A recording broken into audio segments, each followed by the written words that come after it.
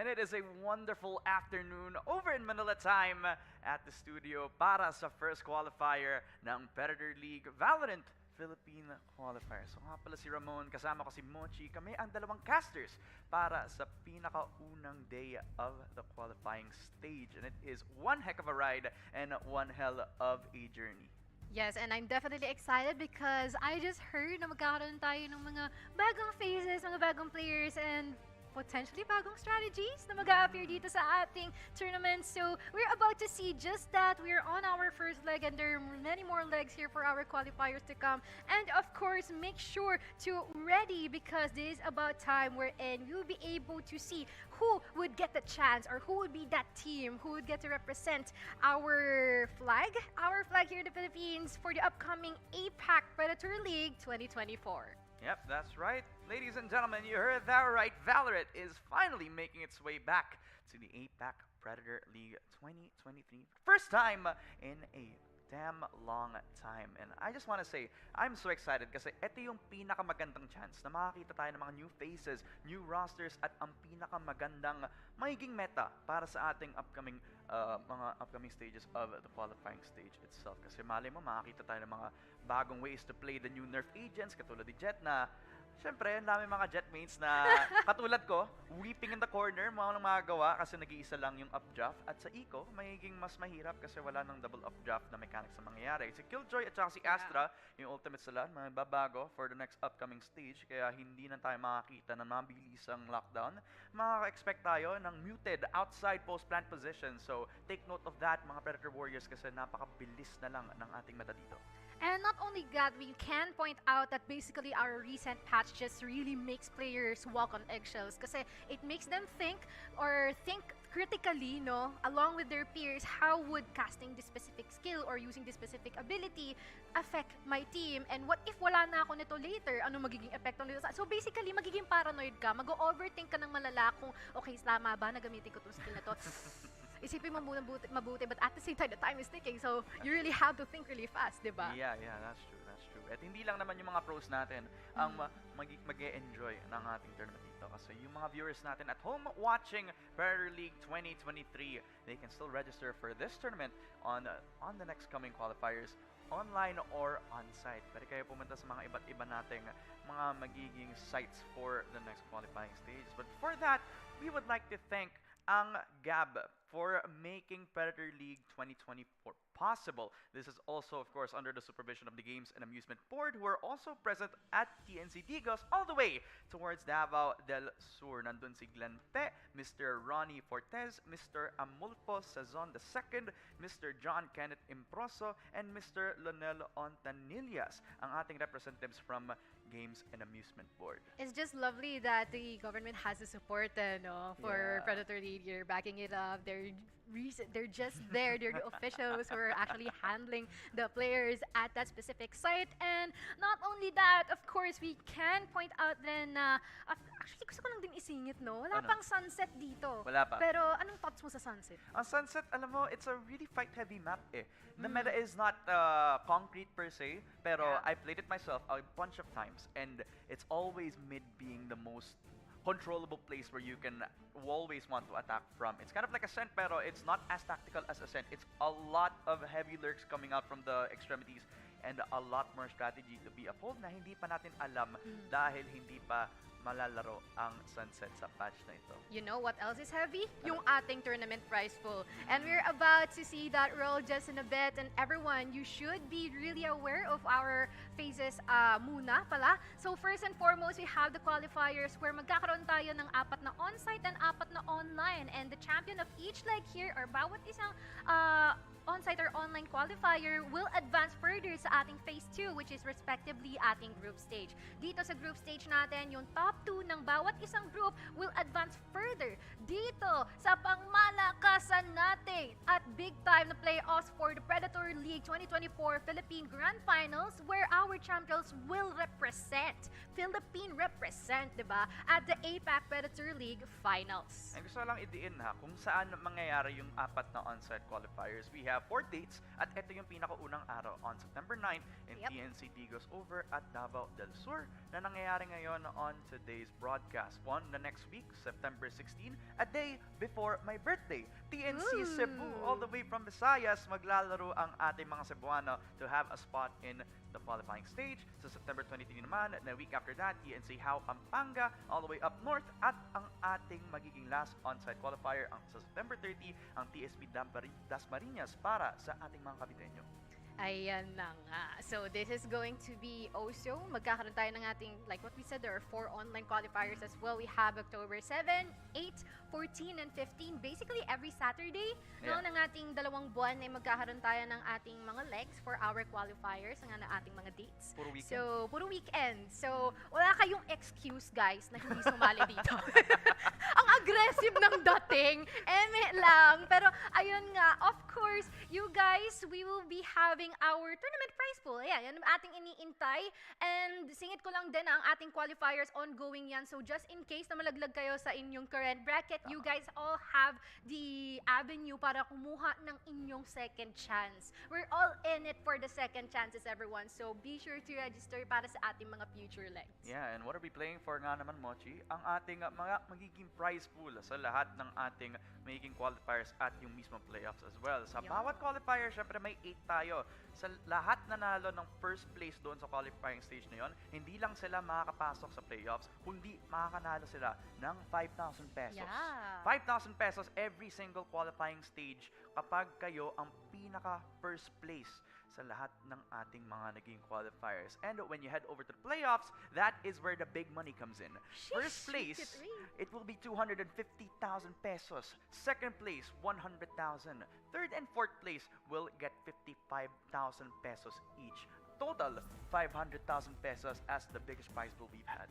Make it rain kung make it rain, diba? Gusto ko sanang paulanin, kaya lang nandito lang is yung run of show natin. Pero, anyways, kailangan natin yan. Dapat i-keep, baka magkagulo-gulo. Anyways, pero guys, once again, that is going to be our prize pool. So, all these teams have everything at stake here na nandito sa ating table, nakalatag ng lahat, and all they have to do is to perform at their best and their peak para naman mapatunayan nila ang kanilang sarili worthy of our, or gaining the title of being on top of the food chain. And who are the contenders that are trying to prove that they are worthy of the title nga naman as we head on over to the bracket natin para malaman kung sino ang mga lumaban sa ngayong araw sa TNC Digos. Ito ang top 8 players natin. Nanalo ang Cookies and Cream against Hardfire 1-0. Just to note ha, best of ones ang mga laban natin dito. So natalo kayo agad, eh wala na kayong chance dito sa ating first qualifying stage. Spectrum over towards the semifinals. AMPH, our most popular team dito sa ating TNC Digos qualifying stage, will be in the bracket as well. DCGT as well, winning against Target 1, will be facing off against AMPH over at that second qualifying bracket. Actually, kwentuhan din natin to kanina, no? Nung nagkaroon ng participation sa AMPH sa VCT, medyo nagkaroon sila ng kahirapan kasi they scored 0-2 in both of their mga kalaban. It's Mga kalaban. Wow, very con, no? But you get the gist, guys. Medyo wala pa sila sa kanilang final form. Kumbaga, di pa sila nag-e-evolve. And this is going to be their chance para mapatunayan nila mag-e-evolve pa sila further para naman na maging, magkaroon sila ng synergy kasama ang isa't isa. And of course, din sabi mo, meron isang notable na player doon. Yep. Specifically. Yep, it is the flex and the duelist player na si Yon Peak over at AMPH. He will be one of the target players that I will be looking at sa AMPH. He is the type of duelist that will make space for you, but any duelist can do that, right? What is the most unique thing about him? He is aggressive. He will always look for the fights, look for the early space taken kapag ka siya yung may opening chance. At kapag ka na-deny siya, yun ang pinakamalaking winning condition ng team niya, kaya mahihirapan ng MPH. Pero since naghahanap tayo ng way para ma-refine ng MPH this time around sa qualifying stage natin, I'm expecting them to be a little bit more refined this time around, a little bit more confident, a little bit less dependent siguro kay Yon Peak, and maybe give a lot more focus sa iba't mga players ng MPH, which I'm sure will be a big obstacle sa ating magiging semifinal opponent nila.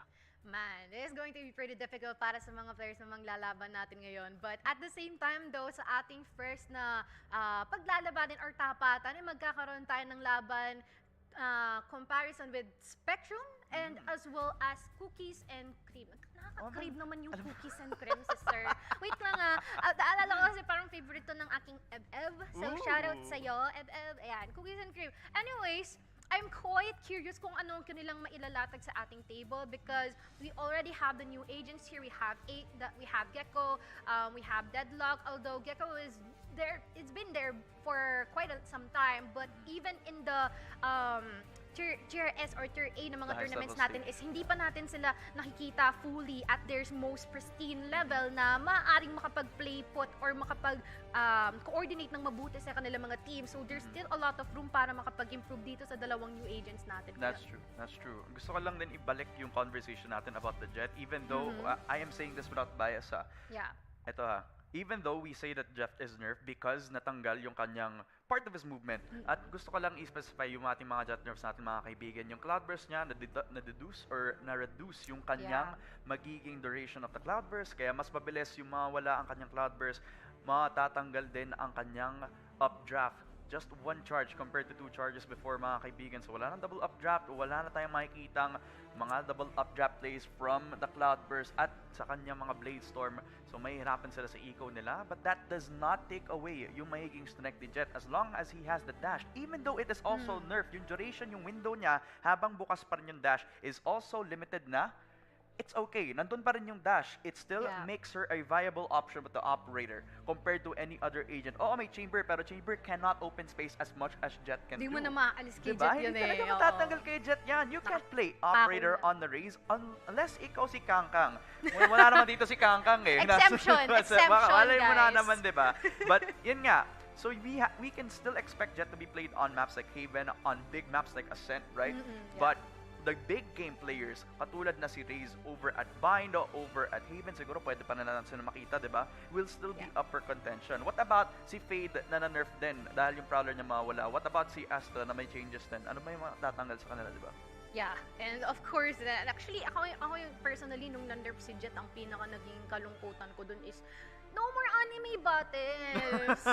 Yun nga yung gusto kong panoorin pagka merong mga laban na ganito. But anyways, we're now here sa ating Agent Select, and we are seeing here now there is an appearance of a Harbor here in Pearl, and of course we have these other agents, specifically si Killjoy, Phoenix. I mean, ito yung mga agents na lagi mo na nakikita sa Pearl because of their prowess in terms of their blinds. You need faster action time bago ka makapag-react once na ilabas nila yung mga yan. And of course, control talaga in terms of defense here once na magkaroon tayo ng Killjoy because I cannot see any other way of using other Sentinels na talagang magiging potent sa mga kalaban nyo. Not at least for a Cypher. I think Cypher is also a good option here for Pearl. Pero Killjoy is still top tier. Yeah, top tier. Top tier. Still having one of the most impactful retake ultimates nga naman ng lockdown na napakaganda para magkaroon ulit kayo ng space dito sa loob ng mapa. Although I do like to mention din na it's interesting that a lot more teams are picking up yung Phoenix natin as the second duelist. It really goes to show that even though weak siya sa una niyang magiging release ng si Phoenix, nagkaroon ng way ang mga pro players na i-integrate tong si Phoenix in the lineup because of the amount of times that flash and the amount of places that can work the flash is actually very viable. How many ways can I think about this? Katulad dun sa mid, pag pupush ka doon sa may doors, pwede ka mag-flash doon para magkaroon ka ng space. That's 2.5 seconds agad na meron kang time para pumunta doon sa connector natin. You could also do that around a main kung gusto mo paglabanan for you to have an opening doon sa may loob ng ESET itself. A lot of ways where you can integrate Phoenix. Plus, the clutch potential that this agent can put out is significant. That's why a lot more teams are picking that agent up.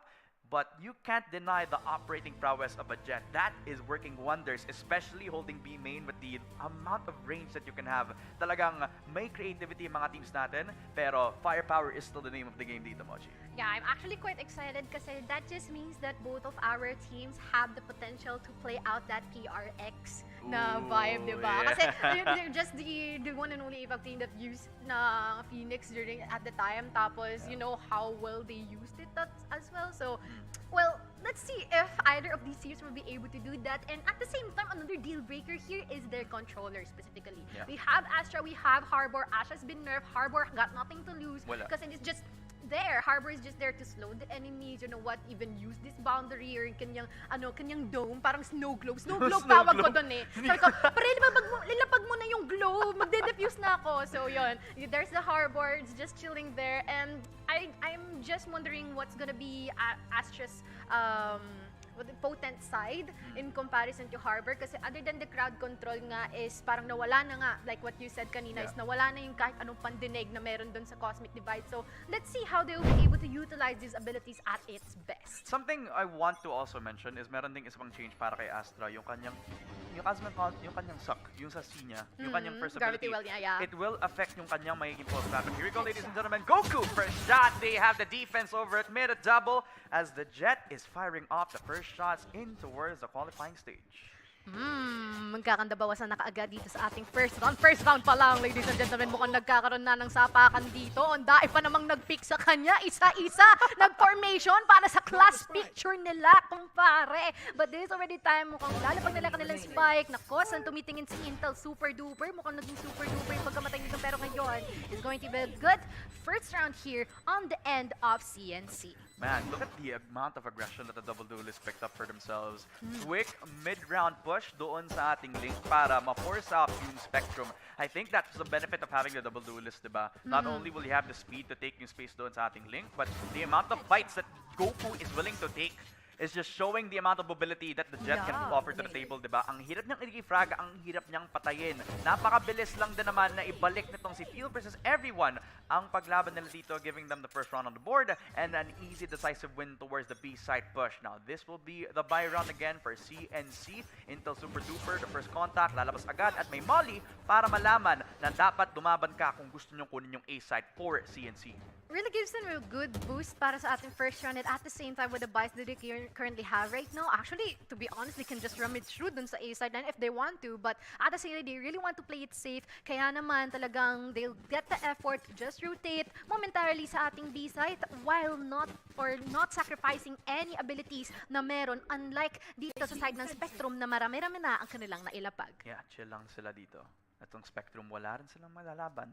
Magamit na guns sa paglaban nila over at the push para dito sa CNC. Cookies and cream, as decisive as ever. The smokes are out at makakapag-plant sila ng spike over towards the default plant. The Goku planting down and Spectrum given another chance at trying to fight back with only the lesser guns dito. Interesting to point out na meron din silang Hall's controller pero lalaban pa rin sila with the long range guns. The classic shot towards the Goku. That's the first gun round with a second from Josh McCute.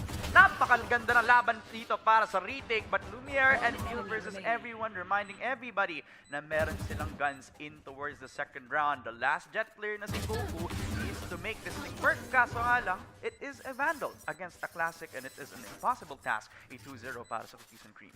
Not gonna lie, medyo nadadelay sila ng pagpasok dun sa B-site natin. They've been hindered dun sa wall na nilatag dito ni Harbor, but at the same time, at least they managed to play it out well. Nagawa nila yung kanilang mga necessary trades, but at the same time, the confidence coming up from them because it's just now that I noticed they got Vandals, they got Guardians, they got, I'm not sure if they have Bulldogs, but you get the gist, they have rifles. So yeah. Wala.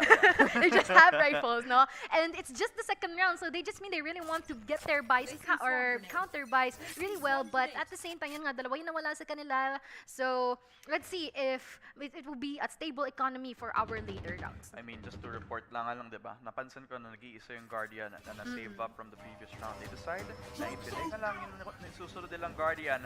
So this will be a very economic battle dito. May Byron na agad ng Spectrum. It's a one-tap all the way over towards Ramses.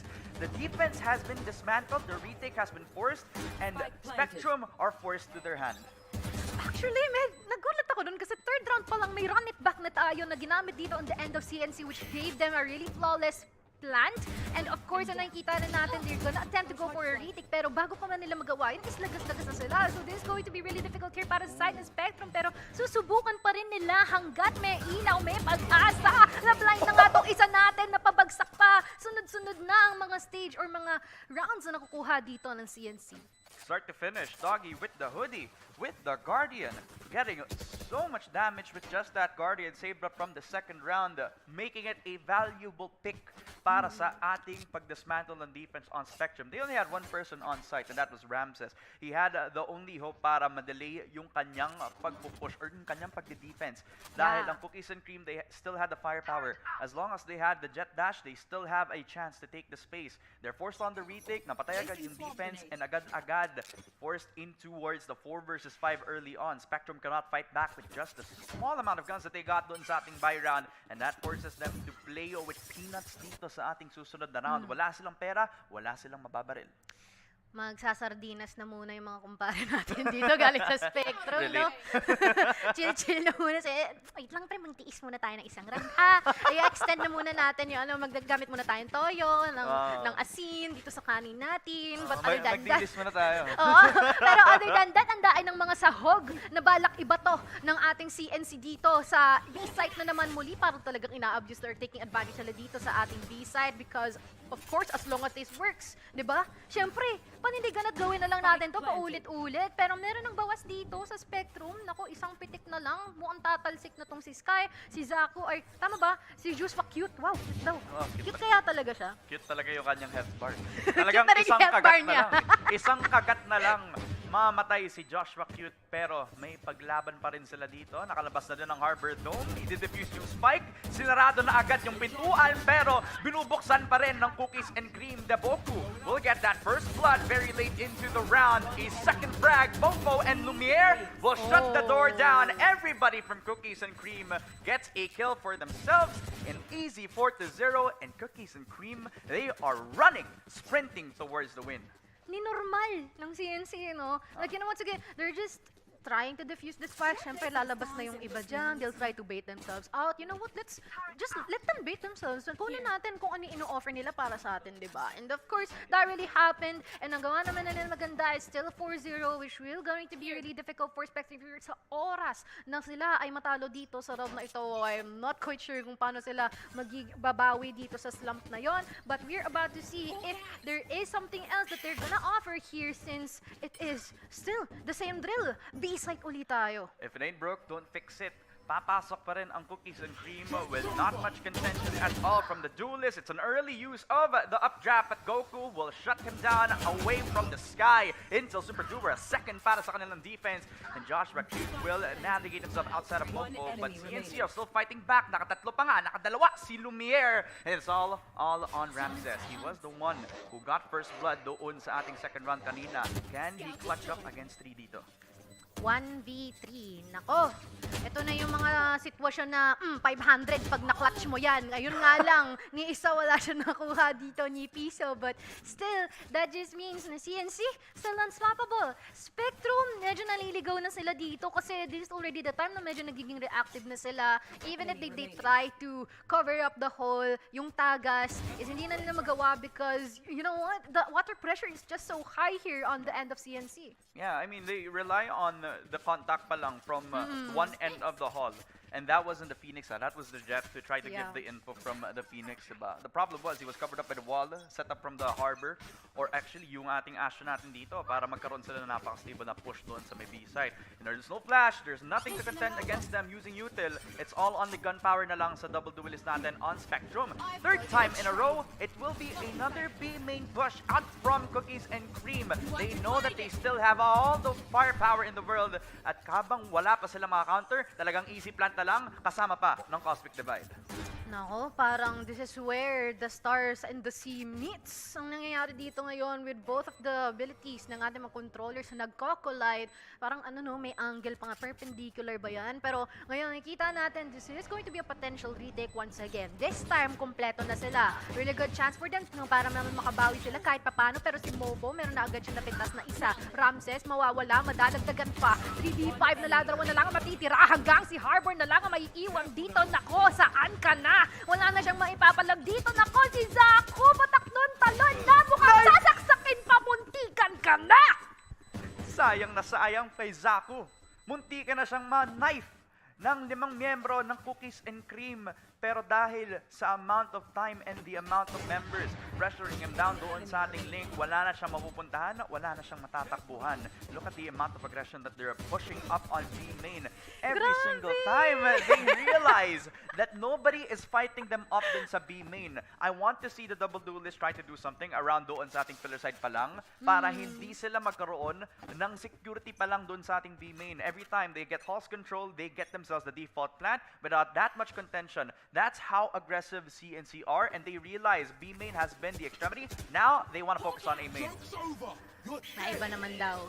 Tama na yung B-side, pre. Nakakasawa na mag-A-side naman tayo. And ngayon, they're doing it just that. Nakalatag na lahat ng abilities nila dito. Nilabas na rin ang ating ating ultimate dito. Ang ating reckoning. Mukhang nakakapitas na rin dito. Si Ramses, nakadalawa na siya. Maganda ang kanilang comeback dito kung sakali lang. And they're just popping off. Silang dalawa. Until this operator has also been whipped out by Goku, managing to get Lumiere as well. And 1-6. Marami pa silang kakainan na bigas dito, but better than nothing, diba? Yeah. And this is the round that they decide na i-stack up yung A-site, diba? They realize na since 3 or 4 times in a row na sila pumunta sa B main, they will go to A eventually, right? So they stack up all their eggs in one basket onto the A-site. They already have defense as well doon sa ating link. That's where the Sky actually thrives with just the perfect flash as well as a really good defense from Ramses that effectively held off yung nagiging push ng CNC. Hindi na sila nakapasok because of the nano swarms as well. So it will be a really good time for them to build up some bank into the next coming round. Spectrum. So they gave 5 rounds over to CNC. They can still fight. Goku has the operator. And this is the first time na ilalabas na dito. But he is denied off dahil din sa Molly. Mofo has no fear whatsoever. Papasok kay Zaku Kaso. Papasok sa crosser ni Joshua Cute. Lumiere already from the flanks, expecting the Sky and backstabbing him to get themselves the A-site push. I'm actually quite interested in knowing bakit kaya they're trying to switch things up, managing to go through Plaza to Art, and then pushing sa A-site natin. Like, you know, they're mixing things up. They're trying new stuff. Even if B-site is already working well for them, but at least they really just want to look for any possible advantage na pwede lang makuha dito kontra sa Spectrum. And ngayon, ang ating lockdown, madedelay ang ating mga retaking team dito from the end of Spectrum. Pero may counter. May ulti. Kaso, napatay pa nga si Intel Super Duper. That was the run it back sana na gagamitin niya. Pero nag-peak pa siya. That's why giving an equal chance. Defender gets the lockdown. 2 seconds. Mawawala yung Sky. Kaya he has to fight. He gets 1 kay Ramses and it's all on Goku. No scope. Does not hit. Does not hit the shot. Field versus everyone will land the last kill dito. It is a flawless para dito sa CNC. It's a 7th round. It wasn't beautiful. It was very, very hard to see this. Pero Spectrum, they did everything they could. They even used a very expensive ultimate na hindi nag-pay off in the end. Kung ako yan, malulungkot ako. Paano yung lungkot? Di kita sa camera eh. Pero malulungkot ako.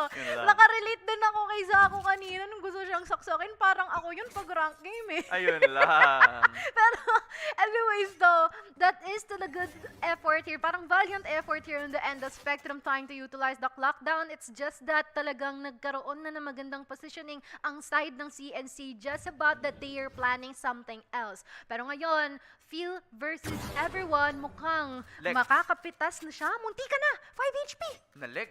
Dahil naka-half shield lang tong si Ramses, he's down to 5 compared to the 120 damage. He would have had 30 HP. Or wait, tama ba yung math ko? Oh, 30 HP sana. Pero, does get himself a little bit lucky. So headshot lang ang kinailangan niya. The operator is down. Spectrum has an equal chance dahil napatay ang operator nila. Will Doggy with the hoodie decide to pick up the op and give it up towards the Jet into the next round? No. He will call yung mga teammates niya papunta dun sa B main and they want to wrestle the bear dito. They want to take the B site and if they want to take it with blood, they will need to shed Ramses' life. Yan ay kung magagawa na. I mean, 5 HP, pero hindi mo rin kasi pwedeng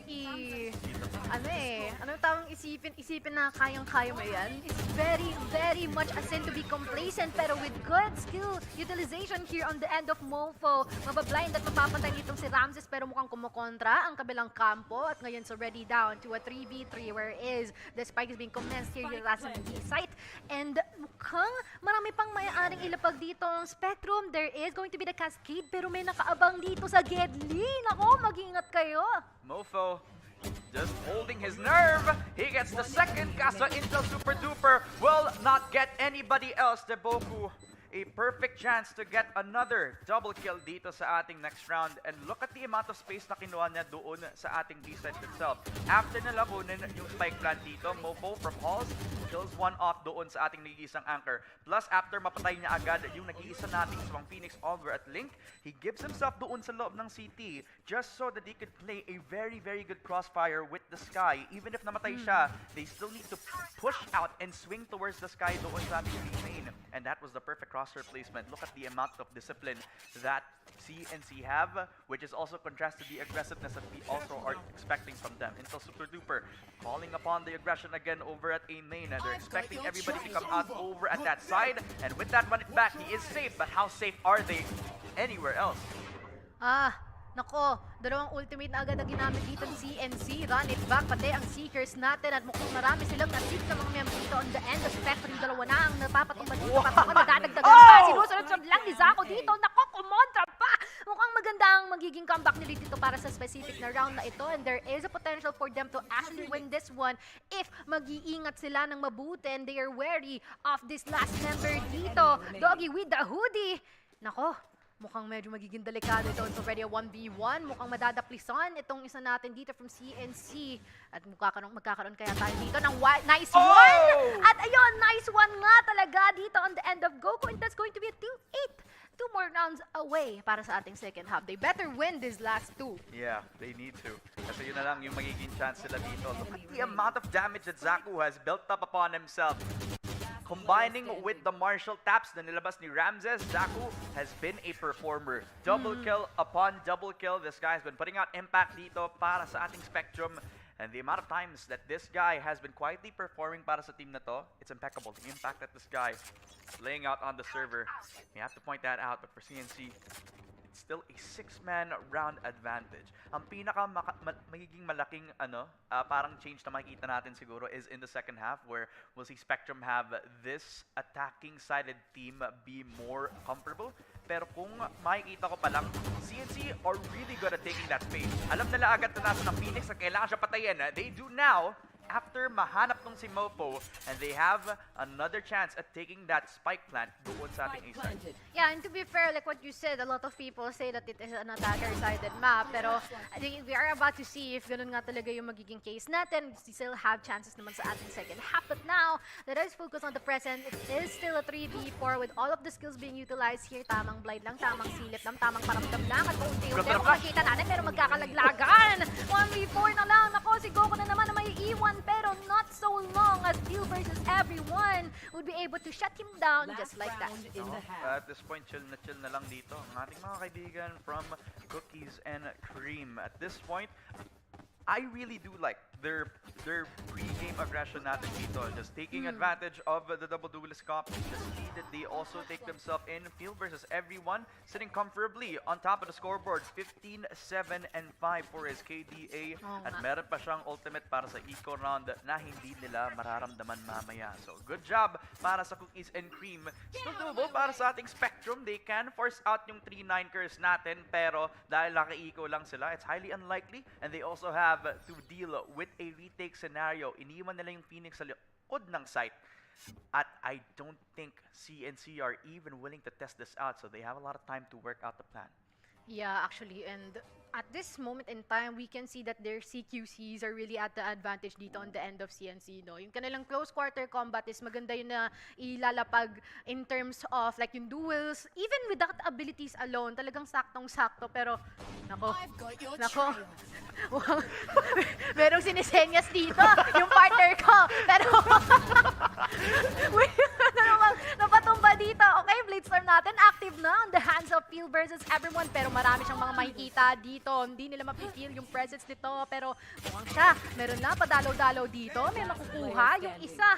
At ngayon, they're still yet to put the spike down. And there's really taking advantage of the fact na, you know what, this is a 1v3. There is no way that we're gonna lose this. Yeah, I mean, yeah, they have a really good triangular position dito, but Intel Super Duper style. The gun, but denied by Deboku. which makes it a 2-10 score, very favorable for CNC. The attempt at taking yung mid control for one of the lurkers dito just was not possible. Although, yung kanilang frontline push pa rin is still a really big factor sa panalo ng ating Cookies and Cream. Napakahirap na ipaglaban nga naman yung ating double duelist comp na nilalabas agad ng Phoenix at saka ng Jet na nahihirapan ang Spectrum, especially with the kind of smoke that they have, diba? Harbor is not really the type of smoker na masasabi mo na malakas on the defense. Yeah. Pero on attack, he will thrive, especially with the amount of chances and the amount of utility that he can support with his team. Hindi lang naman smokes ang ilalabas sila dito eh. Dedepensahan niya kung sino yung nagpa-plant ng spike. That means meron siyang time para mag-reposition doon sa kung sino yung napakalapit na mag-hold lang doon sa ating A. This time, Spectrum, they flip the coin. Ngayon sila naman yung mag-attacking side. Dapat labanan nila agad, but Deboku, one shot to the head and more than enough. He can fall back para magkaroon ng defense on Art, and that goes to show that sometimes big brains, they don't even matter. Ang lungkot. Tumalsik yung utak. Ang tumalsik yung utak ng isa doon. Nagulat ako eh. Talagang, you know what? Sige, let me just pick this guy off. Magbaback out ako. Pero ngayon, biglang magpupush ng bahagya. Ito mga member natin dito from the side of Spectrum. And we will see on which side of the Spectrum they will reside. Kung sila ba ay magkakaroon ng advantage. Now it's already a 4v4. It's already equal numbers.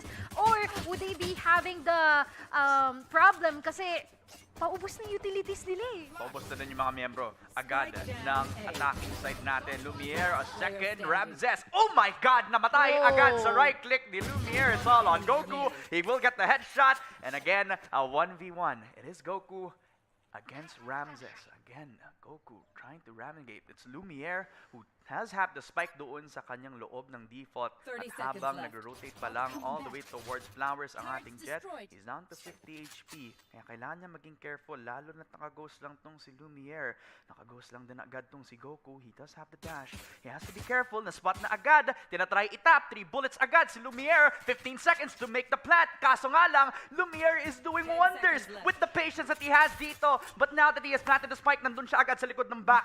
Kaso, now, it is time for Lumiere to move in, dance towards the site itself. Kaso Goku is also having a lot of trouble. Kaso nga lang, na-clutch niya. Triple kill with Ghost, and it's enough. A 3-round win para sa Spectrum. Nag-ring around the rosy, nag-merry-go-round pa ng dalawang to, nag-carousel sila, lahat na, no? Kala mo amusement park yung nakita natin dun eh, no? Lahat sila, pinaglaruan nila yung isa't isa, pre. Kaya lang kasi nakita natin dun, maganda na sana yung position ni Lumiere. Kaya lang kasi ayaw niya rin i-risk yung kanilang, nag-jiggle-jiggle pick siya, pero at the same time, ayaw niyang panindigan, ayaw niyang i-commit na meron siyang prowess or kalamangan doon kontra doon kay sa kanilang Jet. And ayun nga lang is, mukhang nautakan pa siya, hindi niya in-expect na nandun na pala sa kabilang gilid ng, anong tawag doon? Coffee bar? Hindi ko alam kung ano tawag doon, basta tindahan. Oo, pasok lang. Pero other than that, laglagan ka agad. Puro nag-push na lang, you know what, sige, ibigay na natin to sa kanila. 4-10 naman, nag-buy naman tayo, alam naman natin na tayo lamang. So, ganun lang. Alam mo na, Dali nila kausap. naalala ko si Riri kasi sa boses mo kasi parang naalala ko si Rufa May nung sinasabi mo yan. Parang go! Go na tayo, guys! Go lang ng go! Go lang ng go! Oh man. You I know, know. it's been a long time watching, you know. Yeah, true though. Yeah, true. yeah. It's been a while since nag-tandem tayo together. It's been so long that I've seen Spectrum be at disadvantage in terms of economy nga naman though. They only lost 3 guns. It is a Bulldog buy kanina para sa Spectrum members. It's good that Cookies and Cream decided na i-force out yung B main push. And with minimal damage for the side of the attack on Spectrum. The only thing that they have to work with is Goku having the Vandal and holding the flank doon sa ating A. Expecting agad yung push over at A main. But CNC decided to pull back. They decide to have info gathered up over at mid. Narinig nila agad, 2 baril pa lang ang bumabaril dito sa ating mid side. Habang nagtatry na mag-play for info ang Spectrum, you have to decide where to focus all of your defenses eh. Ayun ay kung talagang magagawa nila because we are playing the waiting game at this specific moment na nakikita natin na tamang intay lang sila. You know what, let's just wait them to use their utilities. Kung maaari man na meron tayong makuha sa kanila, yun na siguro yun. Pero yun nga lang, yung iba dito nag-hold lang ng kanilang mga respective angles in hopes na magkakaroon sila ng advantage in terms of peaking. But at the same time, yun nga lang, hindi ata nila i-expect na nakatambay lang dito si Phoenix, bumibili ng ticket. Oh my god, they actually used yung turret para magkaroon sila ng contact. Mofo, he whiffs yung timing ng kanyang magiging flash. And the Boku already noted yung mga players na mag-push doon sa ating art. And after the smoke, they need to push out. So the splash caster Goku expected agad itong si Deboku. Pero hindi pa nila alam kung niso na sa labas ng smoke. The smoke criminal Doggy with the hoodie inside the smoke trying to ram towards the spike, and he does, but the spike gets planted. A double from Doggy, a triple. The Astra is popping off. A 1 versus 4. The Astra is again the biggest factor into the round. Ramses the second shot, but it's not enough. Dio versus everyone has sprinkled in cherry on top. 11th round for Cookies and Cream, and what a way para ma-display ang talent nila dito. Dito pa lang sa semifinals natin. Sing angas ni Doggy with the hoodie yung pangalan niya. Ano yung tunay na bang-bang play? Literal na bang-bang yung nangyari dun. Literal na popping heads all over. Ginawang range, ginawang mga bot yung mga kalaban niya. And it is already going to be a 4-11.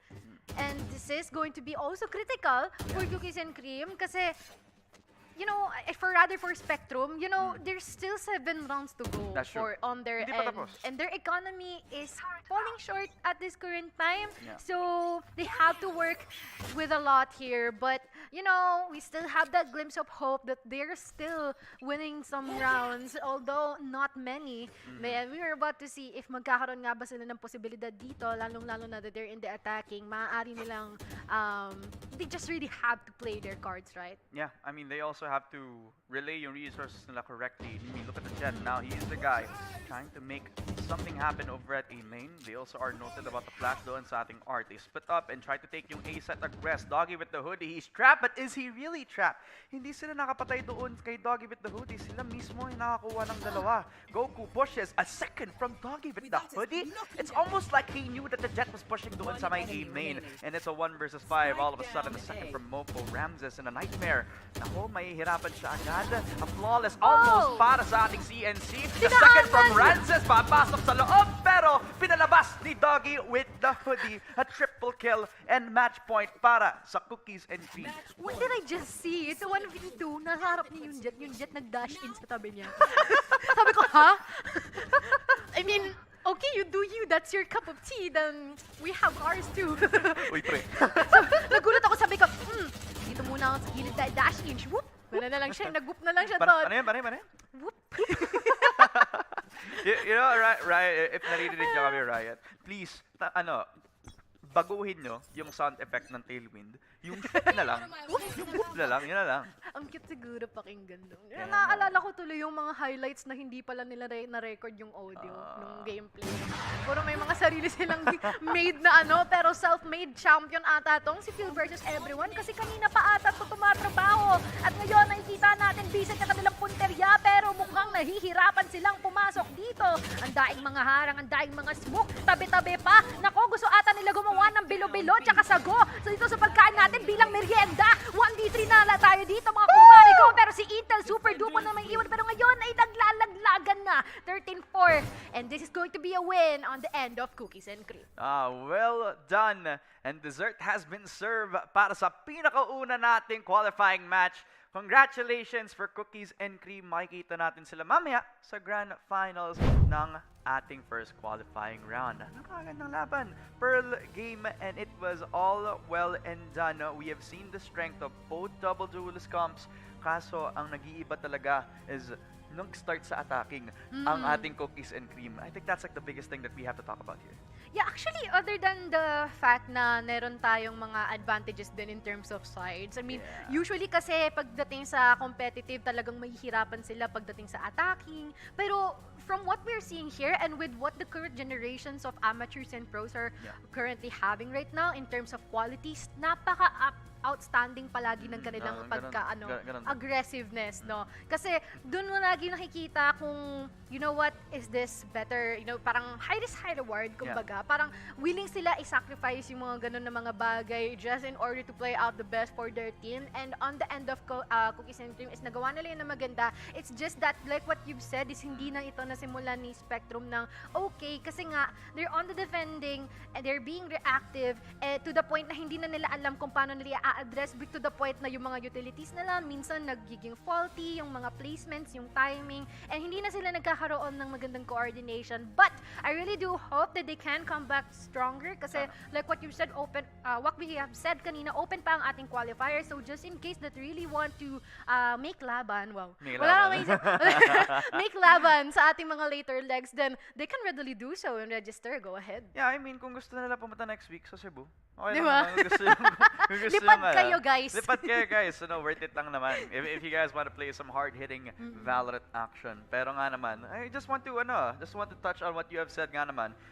The better team won dito sa ating magiging first game natin. It's also very unfortunate that they did start on the defending side. I did want to point out na yung mga anchors, specifically itong si Ramses, he didn't have the most comfortable time because of the amount of times that he has gotten on the receiving end of first blood dahil sa ating napaka-aggressive na jet na si Field versus everyone at saka yung napakagandang mga flashes na nilabas itong si Phoenix. I like the setup that they have been putting out na naglalagay sila ng molly doon sa ating right side of hall where he has been trapped, he has nowhere else to run, and after that they had the opportunity para gamitin yung ating running back. Kaya nahanap nila lagi itong si Ramses. Kung hindi si Ramses, it would be the controller or it would be yung isa sa mga napaka-impactful players na si Goku. Kaya nahihirapan agad sila magkaroon ng kahit anong starting point dahil sa napakagandang start ng Cookies and Cream. Well, that is it para sa ating first semifinals game, mga kaibigan. Pero wag kayong aalis dahil meron pa tayong second match and it is AIM PH on the prowl against their next semifinals opponent. Magpabalik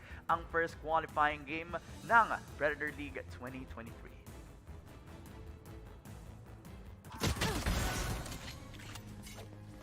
One enemy remaining. No way! We're the same!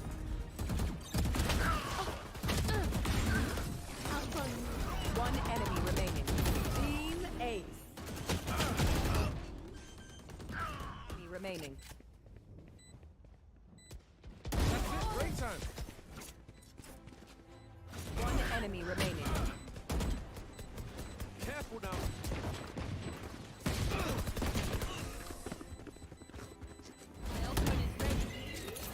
Spike down A. Finished.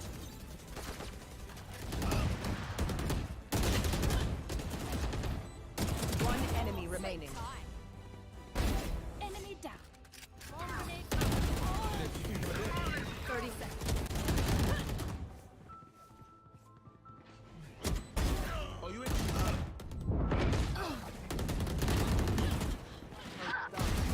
One enemy remaining. Spike down. Last player standing.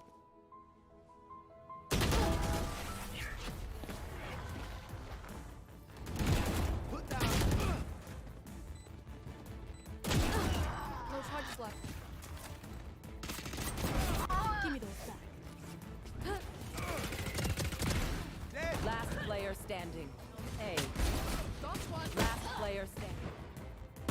One enemy remaining. Clutch.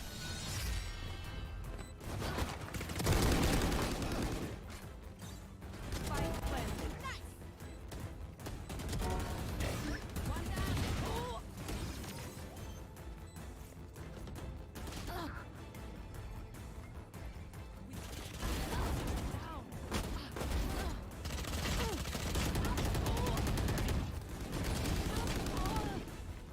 With the Predator Helios 3D15 Spatial Labs Edition. The 13th gen Intel Core i9 HX processor, NVIDIA GeForce RTX 4080 GPU, and our custom-engineered Aeroblade cooling, alongside liquid metal over the CPU. Delivering intuitive interaction and immersive sensation through technologies like advanced sensory solutions, optical display, and the latest real-time rendering technologies. With the Helios Neo 16.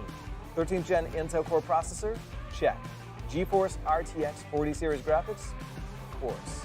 As for cooling, the Helios Neo includes Predator's custom-engineered cooling solutions listed here, with our unique Aeroblade fans and liquid metal thermal grease. Predator Triton 17X laptop. This powerhouse features a GeForce RTX 4090 with a max TGP of 175 watts, the Acer Nitro XC452 CUV at 44.5 inches with a 32:9 ultra-wide aspect ratio and 1500R curvature. Predator Orion X. The Intel Core i9-13900KS Special Edition processor boasts 24 cores, a flagship NVIDIA GeForce RTX 4090. It is the smallest PC that features this GPU. Upgrade your gaming experience with the Predator Orion X.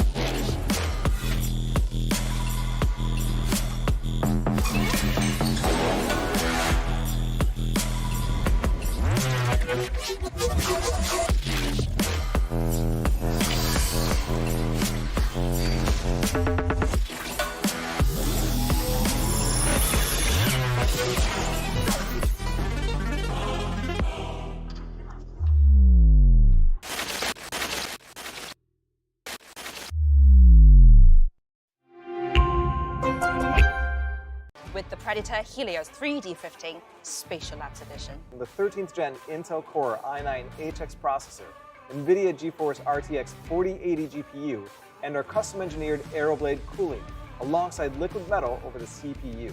Delivering intuitive interaction and immersive sensation through technologies like advanced sensory solutions, optical display, and the latest real-time rendering technologies. With the Helios Neo 16. 13th gen Intel Core processor? Check. GeForce RTX 40 series graphics? Of course. As for cooling, the Helios Neo includes Predator's custom-engineered cooling solutions listed here, with our unique Aeroblade fans and liquid metal thermal grease. Predator Triton 17X laptop. This powerhouse features a GeForce RTX 4090 with a max TGP of 175 watts. The Acer Nitro XC452 CUV at 44.5 inches with a 32:9 ultra-wide aspect ratio and 1500R curvature. Predator Orion X. The Intel Core i9 13900KS Special Edition processor boasts 24 cores, a flagship NVIDIA GeForce RTX 4090. It is the smallest PC that features this GPU. Upgrade your gaming experience with the Predator Orion X.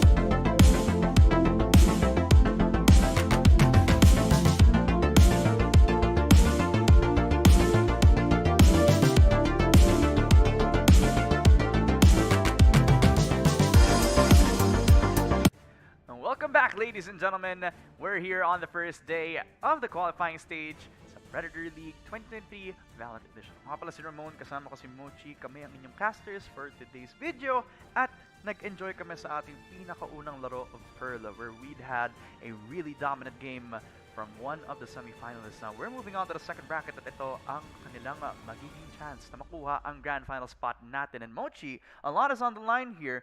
Magkano ang mapapanalunan ng ating dito sa first qualifier natin is 5,000, pero ano pa yung mapapanalo nila? May spot sila sa ating playoffs. Yeah, it's just a prize pool of 500k, guys. Amounting to 500k, just equally distributing in accordance na kung anong kanila magiging place dito.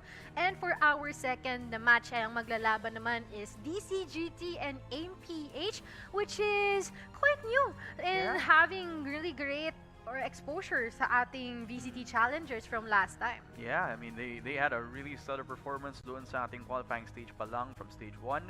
However, they didn't have the best of chances, but maybe they are reformed dito sa ating Predator League, diba? But a couple of months now, they probably are refined sa kanilang magiging prowess dito sa ating laban na ito, but they are up against an unknown opponent, DCGT. I don't believe we've seen them around in the Yeah. circuit dito sa ating Predator League and other previous tournaments as well. So this will be very interesting to say the least. MPH has already had a record, so may possibility na na-study yung kanilang laban. Siyempre, habang naglalaro sila, alam na nila yung strat nila, nakita na agad kung paano maglaro. Alam na nila na si Yon Peak yung magiging player to beat dito sa MPH. Pero malalaman kung meron ang DCGT na laban ngayon sa ating magiging best of one. Just to remind everybody, best of ones ang mga laban natin dito sa qualifying stage natin. Kapag natalo ka, out ka na, pero baka makita namin kayo sa susunod na qualifying stages natin. Yeah, because magiging open, hindi pala magiging, talagang open. Open Talaga? pa rin ang ating registration for our future legs of our qualifiers. So if you're a new face with a really passionate team and you're looking for experience in the competitive scene, well, it's your time para makapag-register dito sa ating qualifying stages or upcoming legs for Predator League 2024. Kasi malay mo, magkaroon pa kayo ng chance para makapag-compete sa ating APAC na bracket wherein pag nanalo naman kayo, naku, bragging rights na bragging rights talagang Tama. gaganon ganun. Gaganon.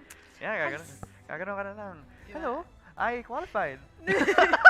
Thank you for congratulating. Thank you for supporting. I'll see you tomorrow on a playoff stage. Alright, well. Victory. May NPC pa nga naman sa Steam natin, mga kaibigan. Pero, the time for talk is over dahil dadating na tayo sa ating susunod na laban. It is, as you mentioned, DCGT versus MPH. We have already set the expectations para sa kung ano yung magiging tournament natin. It's gonna be an all-out brawl. Kahit doon pa lang sa Pearl game natin, it was the double duelist comp that has set the meta forward sa ating mga competitors dito sa TNC Digos over at Davao del Sur. However, baka dito sa MPH versus DCGT, baka mag-iba na tayo ng ating magiging meta natin dito. Maybe we'll be expecting a different map. Mali mo, makita natin ang Haven dito sa ating mga laban dito. Pero it will be Lotus, one of the latest maps sa Valorant pool natin, mga kaibigan. At nakalabas na nga ang mga agent select natin. Double duelist para sa DCGT. However, double controller naman sa MPH, talagang nilabas ang kanilang magiging ace up their sleeve.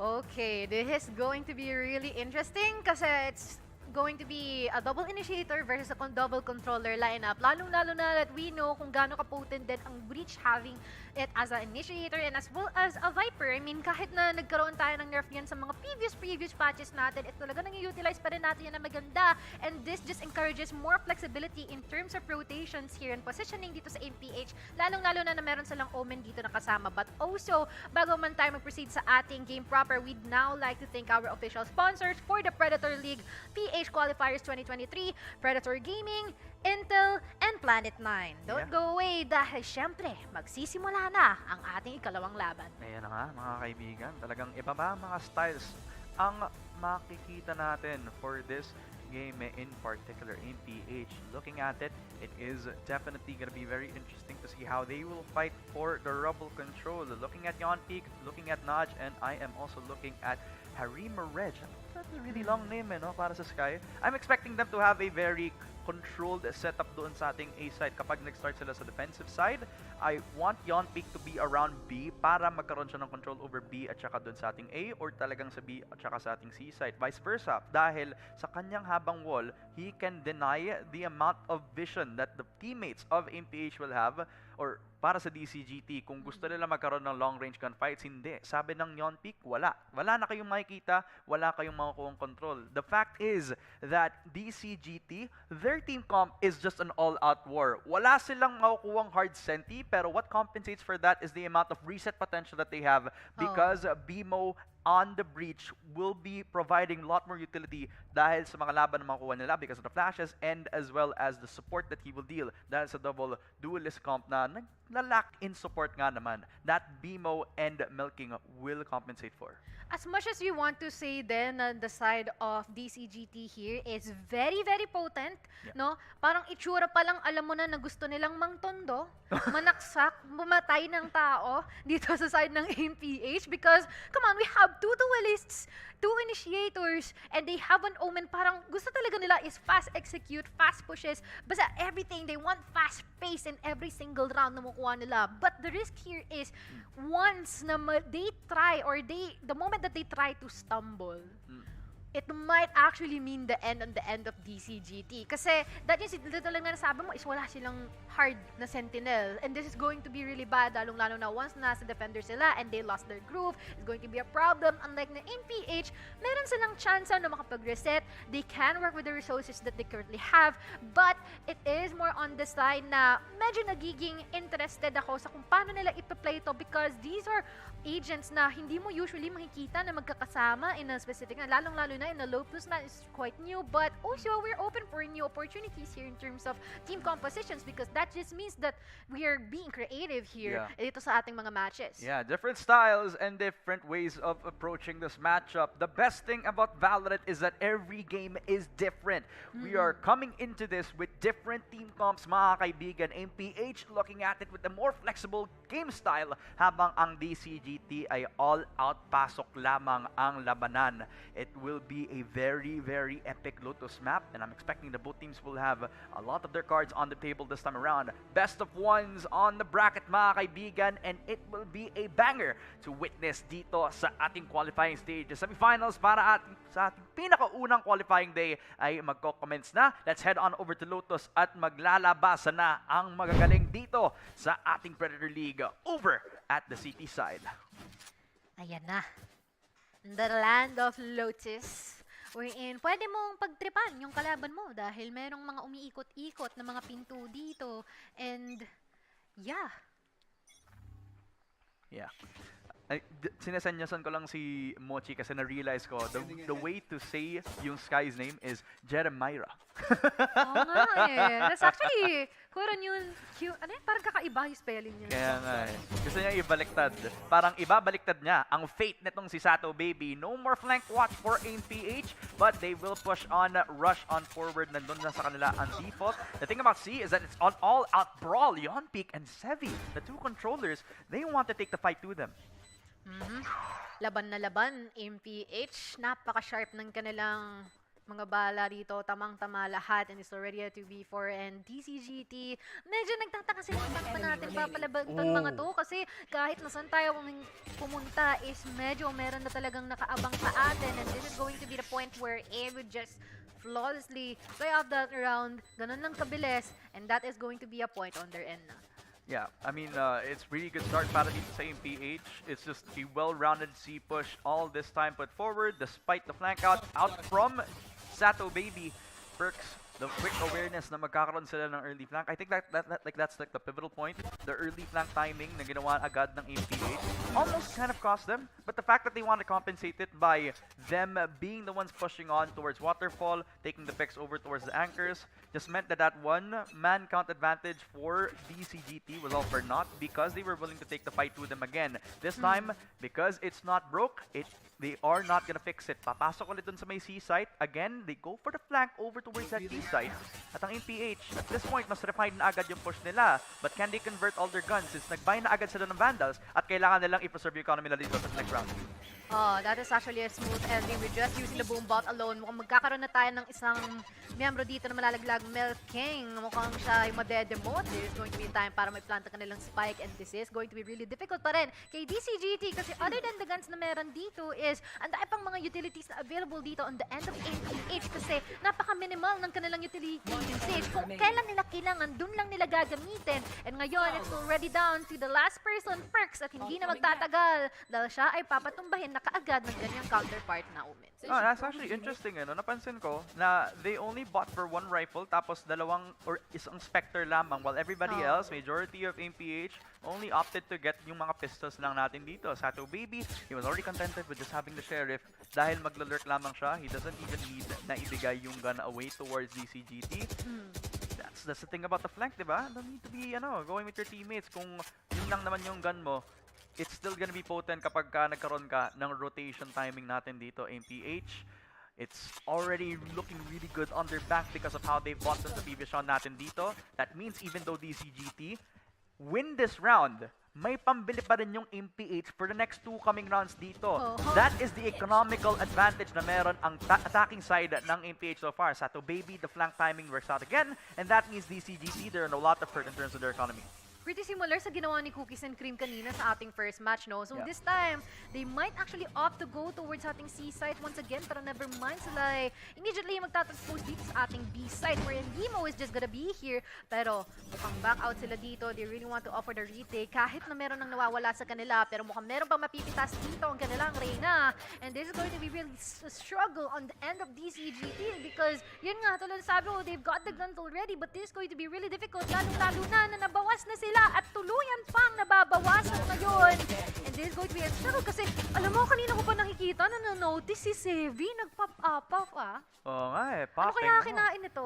Ay, baka sa Davao, di ba? Malay mo, napasarap yung durian niya. Uy. Diba? Napakasarap nga naman ng very fresh off the market. Represent. Tama. Sevi, a lineup kill. 2 kills para dito sa MPH doon sa ating Omen pa lang. And the fact is, right, this not only elevates their economy even more, but it also raises the morale of the team. Hindi pa na-disrupt yung kanilang pera into the next coming rounds. DCGT on the other end of the script, hindi talaga sila magkakaroon ng good time so far. Pistols all around for players on DCGT Uy! and a yawn peak. Talagang hindi siya nakatulog dito sa pag-push niya sa Reyna. Talagang scouted ang position. Quick peek on towards a main. And just like that, pinatulog agad. It's an early 4 versus 5 in a blink of an eye. Actually, napaka-simple lang ng ginagawa ni AIM dito, no? You know what? Mukhang mga ganda naman din kasi ang nagiging performance natin kung nagkakaroon tayo ng segregations in terms of pick-offs and isa-isa natin siya ginagawa because lamang tayo sa mga gun duels. You know what? Let's just capitalize on that and let them struggle. Pero naku, hinabol ng bombot, idol! Anong nangyari? Ibi mo napaatras pero walang hinabol pa rin siya, no? Pinasabugan siya sa mukha, eh. Natawa ako. Natawa ako. Nagulat din ako. Oh well, para sa AMPH, ay talagang habulan na lang ng laban para dito sa laban ng DCGT. A quick flawless victory. Ang cute, eh. Hanggang ngayon, nasa isip ko pa rin yung hinahabol siya ng boombot, men. Talagang may replay ba tayo dito? Baka yung mga kills lang ng AMPH. Halatang hindi siya prepared. Parang, wait lang, bakit may bubot ako agad dito? I mean, nakalabas yung kanyang yung kanyang concuss. Oo. May fault line niya, kaya hindi siya nagkaroon ng time na i-pull May up yung gun. animation time pa, eh. Nag-hide pa siya sa loob ng A-link Yeah. na alam ko, hindi yun yung kanyang magiging plano. The best place for him to be there is a wards upper para magkaroon siya ng True. height advantage.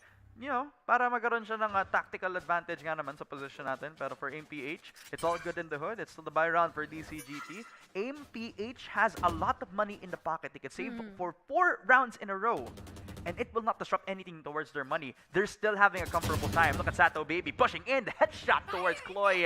At talagang nilabas pa nga ang showstopper sa loob ng C-site. A double kill for Nudge. And this guy has exploded into the site.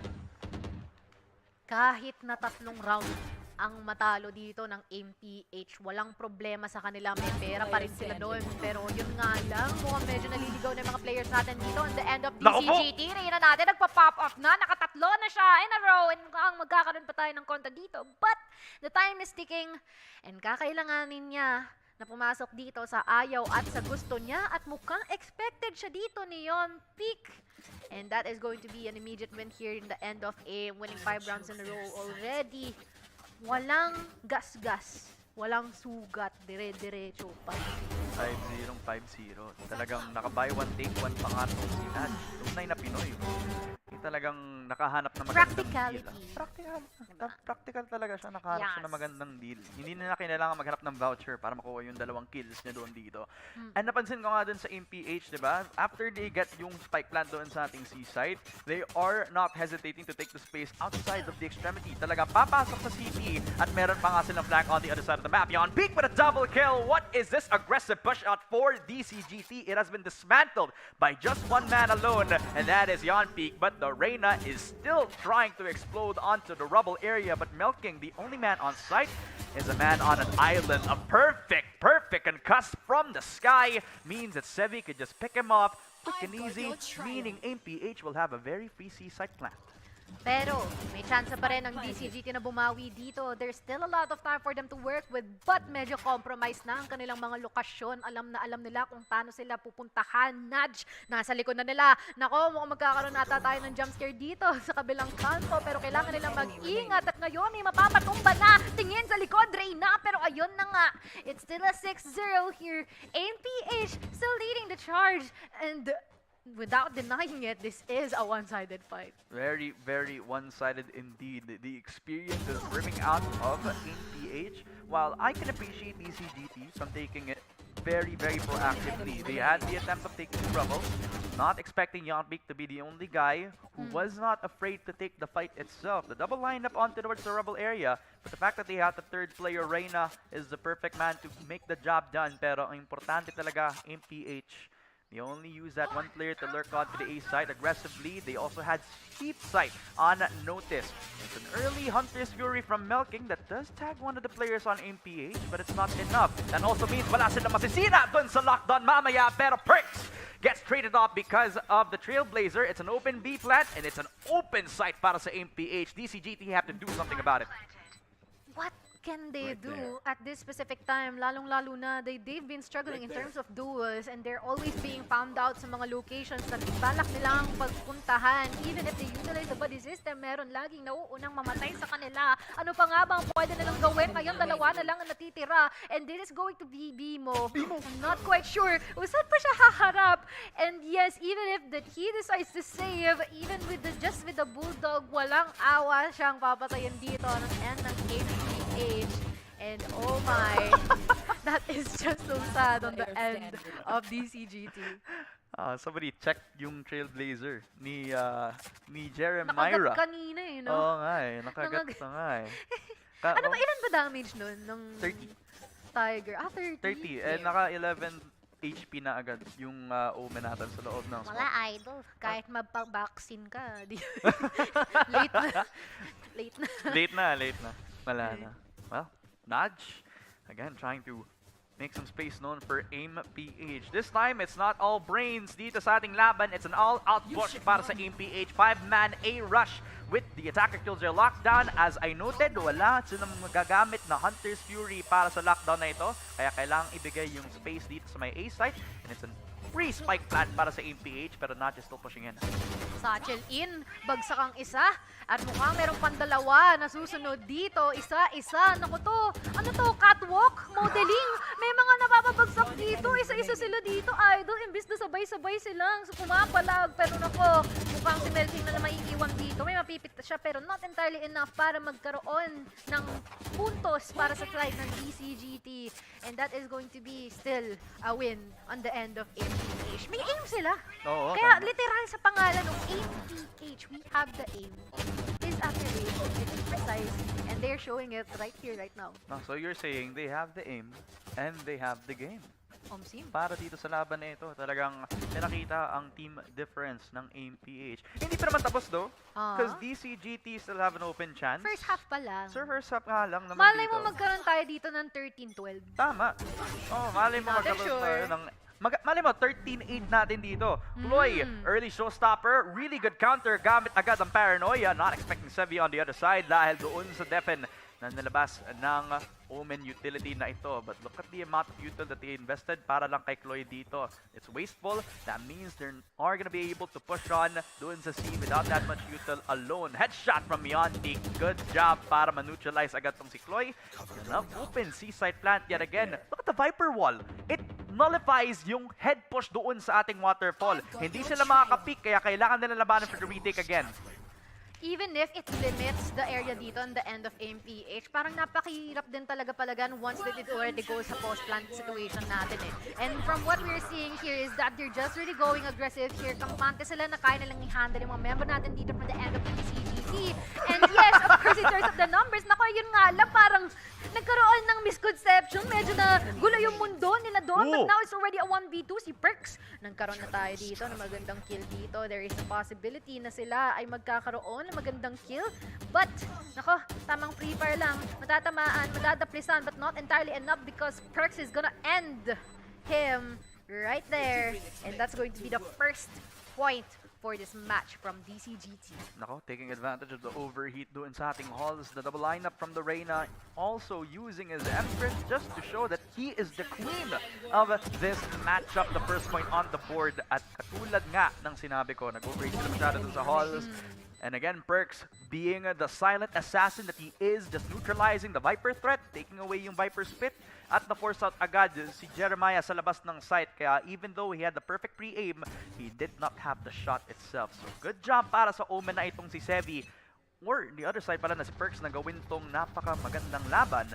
Pero he has to do it 7 times in a row para makahabol against AIM-PH this time around. And it will be another attempt at taking yung A side. Kaso, they also have to note yung ating lurker over at the C side itself as well.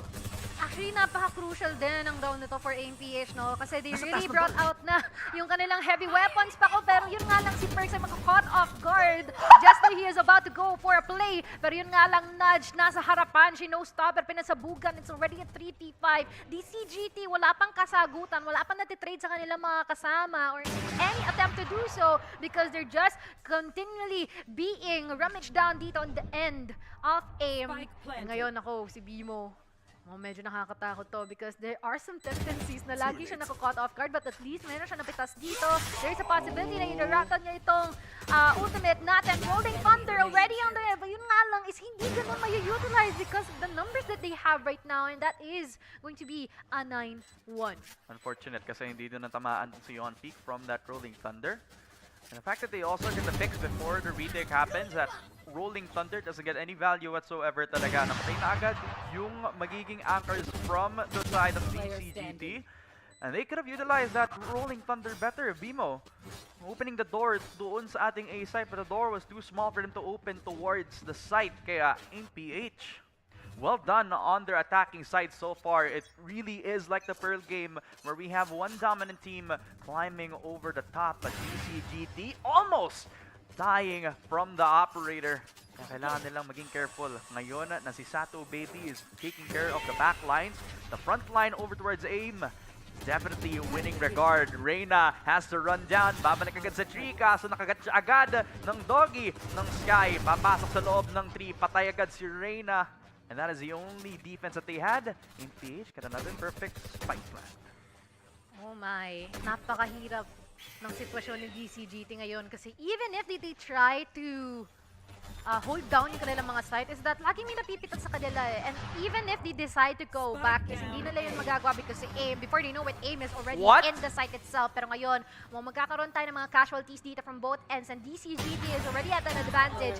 Yung spike natin hindi pa napaplant, si Perks patalon-talon lang, Bucky sa mukha. Binoboga isa-isa yung mga member natin dito in the end of AIM. Now, it's already Sevi's time to shine. Second guard. 1v1. Second Omen guard. sa Omen. Naku, baka tapatan. Pero yun nga lang siya yung mapipitas na. And before we even know it, it's going to be a win here and the end of DCGT. Ang sakto ng pag-entra ni Chloe doon sa sitwasyon na yun. Ang security guard para sa DCGT. Nilabas ang Hep, hep! kanyang Bucky. Gumanan lang siya. Napa-hep-hep. Tama na yan. Bawang papasok. Wala kang ID. Bawal dito, asan mask mo? Tama, aba, eh, nakatatlo pa nga from the Bucky itself. And the fact that they also closed off yung ating entrance over towards that smoke on stairs is providing that much space sa loob ng smoke at hindi tuloy na punish yung long range gunfight na makukuha sana ng AIM. Kaya nakapasok tong si Chloe using his mobility, getting 2 kills in the process. Whoa. But at this point, that mobility is not gonna save you, son. The operator will put you down. 4 versus 5 very early into the round. Ito naman yung sakit ng DCGT na na-exploit ng AIM. Nilabas na agad yung Molly, nakapasok na agad ng site, and Milking, he had nowhere else to run. Na-stun siya agad, kaya walang tatakbuhan ang DCGT. Back to the retake. Natuwa siya masyado sa jump pick doon, si Perks. Pero ngayon, we are already in a 3v4 post-plan situation na naman tayo muli. And just like earlier, AIM is dedicated into putting down every single one that attempts to defuse the spike. DCGT, hirap na hirap pa rin. And ngayon, si Bimo na lang naiiwan at mukhang corner pa siya. Naku, kahit nasubukan niya ako, pinake lang pala. Pinake pa yung ibon. So, iiwas na dapat ako eh. Kaya lang, hindi naman niya kasi pinap. So, wala. Pinaasa sad. lang. Pinaasa lang siya, no? In-anticipate niya, hindi dumating. Oh, Idol. Idol. Ang sakit naman. Nakala ko magkakasal tayo ng Valorant. Ay, may hugot ba? Oh, may hugot bigla eh. MB. My bad. My MB. It's the second time that we get a 2-10 scoreline, mga kaibigan. Qualifiers pa lang, mainit na ang labanan ng AIM-PH, showing why they have the aim and the game in their hands. But can DCGT climb out of their deficit? An 8-round advantage for the CT side. The fact is, I believe Lotus is an attacker-sided map, so baka maglabas sila ng kanilang ace up their sleeve. Wala nga silang hard senti, pero yung all-out aggression na meron sila at utility talagang hindi sila magkukulang dito. Ayun nga, and that is if and only if na talagang maganda ang paglatag ng kanilang utilities. All coordinated and seems like mukhang yun na nga ang kanilang binabalak. B-site na ang kanilang pinuntergayan already in. And it is about time for them to put the spike down and yun na nga ang kanilang ginagawa. Ayun nga lang, merong contract agad. At these are series of trade na happening right now, 2v2. And this is now time for AIM to actually see kung ano ang kanilang mga options, lalong-lalo na yung isa sa kanila falling short in terms of health. Pero yun na nga, close quarter combat na nangyayari dito from Shadow Baby and Reyna. Pero si Reyna mananaig. And this is already time that DCGT will be able to win that round. First round of our second half na attacking sila. Mukhang maganda ang scenario na ito para sa kanila. Same na same talaga from the last game eh. No? Third round win. So ano may expect natin? 4-10 na mabilisan, tapos ano, pagka nakuha na ng guns ng aim, then that's when they get themselves yung 13-4 natin. I wouldn't expect that. DCGT, first pistol round definitely means everything kapag ka gusto nyo makapag-comeback. Dahil MR12 ang meron tayo dito sa Valorant eh. The pistol rounds matter a lot. You have to save a lot more guns dito kapag ka nasa APH ka, natalo ka ng pistol natin. But now, lalaban sila with the Paranoia. Sevi, a right-click, the perfect on deploy. Separated, isolated from every single member on DCGT. But they can't get the Spectre itself. Kaya kailangan na lang nila i-stack yung C, but that leaves an open B to ace it. The problem is, they're all still committed towards that mount position. Not down to 13, but that is more than enough damage. As much as we want an underdog story here, mukhang di natin maitatanggi na lamang si AIM this current time around. Now na meron nang napatumba dito on the end of DCGT. Not entirely handicapped because ngayon merong sinagot si BMO dito. Kung kanina inapahirapan nyo ko, pinapaasa nyo ko, eto sa inyo, gaganti ako. Yun na nga pinapakita dito ngayon ng DCGT and it's already time for them to put the spike down dito sa C-side natin. Yun nga lang merong vulnerability dito, hindi entirely natakpan ng kanilang smoke. Nagkatarantahan pa to dalawa, but now, Sato Baby with the Marshall, wala siyang mapipitas dito, but though, merong magkakaroon ng damage, and this is time. Time's ticking. Kailangan nila mag-ingat. All information being supplied to them right now, but at the same time, they really have to take into account yung prowess na meron ba dito ang A, but now that is a good play here on the end of Perks. Tamang run and gun lang gamit ang Spectre. No, keeping 3 guns again alive for DCGT. Perks being the difference maker agad para sa T-side nila dito, but the reset that they got doon sa ating C-side, they did not account for the headshots that Nudge put out doon sa ating A aggress, pero now they also are denying yung guns away. Since DCGT didn't want to give the Spectre na drop agad ni Chloe from the headshot na nilabas ni Sevi kanina, they still only had classics and shares to work with against the Spectres. And the Spectres in a close range map like C, definitely gonna be in the winning position dito. Stuns out Chloe, again being the entry fragger, checking every single corner of that C-side extremity. But the Viper with the one-way will give some time over dito sa ating push from DCGT. But right after that smoke dissipates, Sato Baby has the judge and he is looking for a victim, pero talagang nag-hesitate sila, and that's a really good sign from them.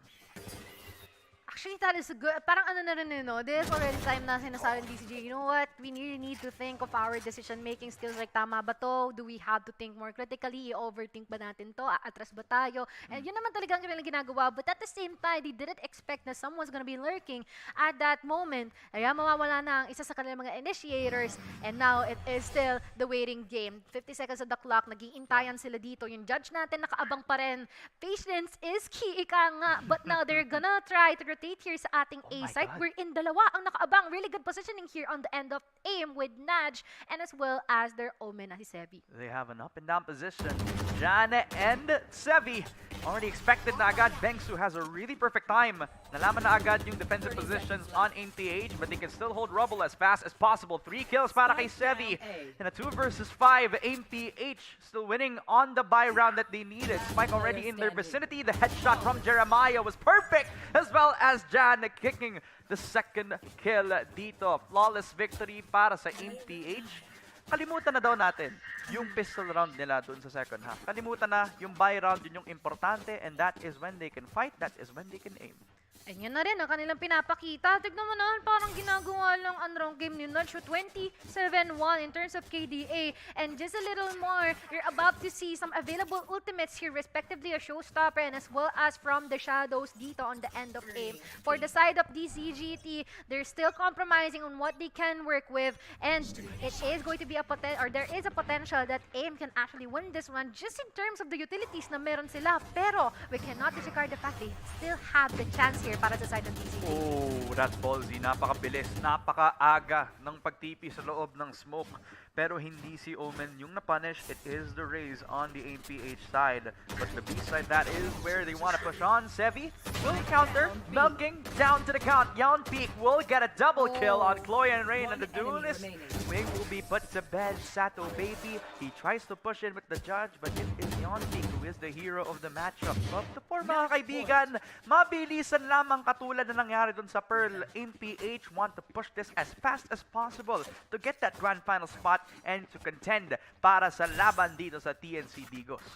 That's so unfortunate kasi we have seen in the second half, they started off really strong, no? Yeah. On the end of DCGT. But ayun nga lang, when time ticks down, parang nawawala yung init sa mga malamig katawan na. nila. Parang malamig na. Like, to the point na ano, Parang naka-aircon.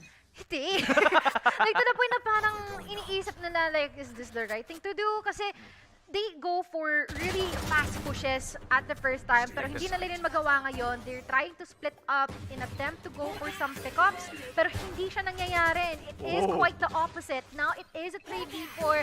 They're still attempting to go and rotate further, pero yun nga lang, medyo nagkakaroon ng ligawan. And nga, it's already a 2v3. We're in. Dalawa magkasama dito. Mukhang they're gonna close up into this guy. Sato Baby, mukhang nakaabang, titignan kung meron siyang makukuha dito, and it is quite expected. But, nako, hindi tatama ang kanyang mga bala. Medyo naguluhan ata si Sato Baby doon. But this is still a really good chance for DCGT to earn 1 more point on the board. And mukhang hindi yun hahayaan ni Yon Peak.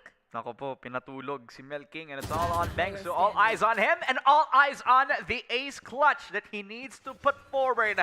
Dahil 1 HP na lamang ang Omen ng AIM-PH. Sevi just has to find where the spike is ngayon, pero dinideploy na agad dun sa T-spawn kung saan napakalapit lamang ni Reyna kay Sevi. He only needs to hit the shot, and he does! The 2 HP clutch for Sevi, and AIM-PH will head on to the final stage of the qualifying round. That could have been such a big thing kung sakali man na maklash ni Reyna noon. But unfortunately, that is it. It is going to be a win. The end of AIM-PH. Look at the happy boys. Mga nakangiti. Mga kontento sa kanilang performance. And mukhang mas magiging fired up pa para sa ating mga future na mga stages. But that marks the end of our second match. And we have observed naman talaga na hindi talaga nag-work out. Like what you said, pagka hindi nila nasimulan yun na maganda, eh mayroong potential na magtuloy-tuloy na because they don't really have a sentinel to begin with.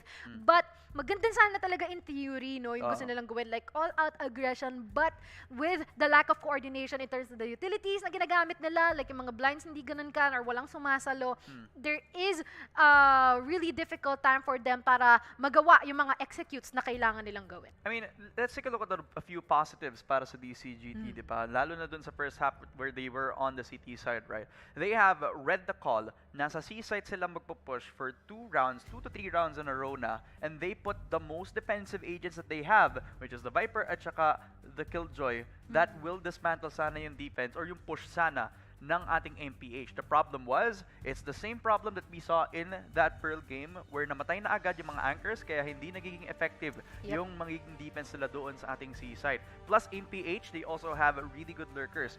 Yung Killjoy, ng MPH always finds a very good opportunity to exploit yung open B site na laging nilalagay. That's because the Killjoy is on C site. Walang Yeah. turret na makakakita doon sa Killjoy na nasa B dahil yung utility na magpapabigay sana ng info sa CT side was on the C site itself. The Lurker has free reign at mapapatay niya ang kahit sino nagro-rotate pagpunta nila doon sa kung saan nag-iingay ang kalaban nila. What a perfect strategy na nakita natin on the attacking side of MPH. Well done and very deserving of their grand final spot dito.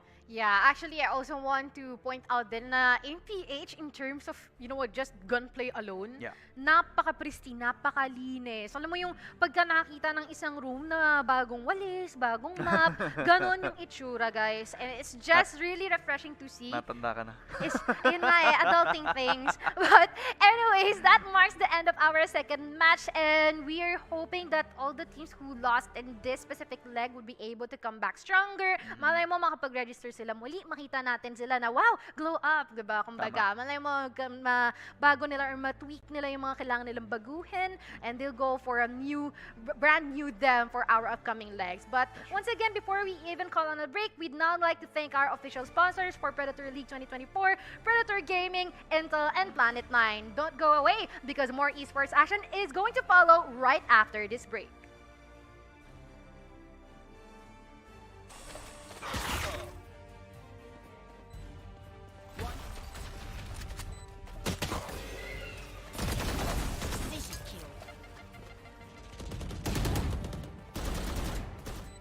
Last player standing.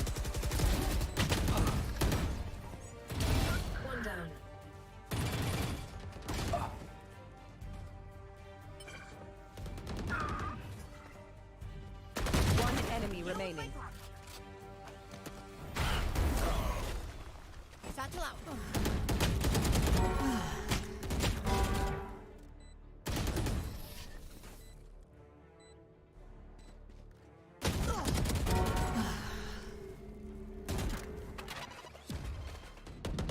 One enemy remaining.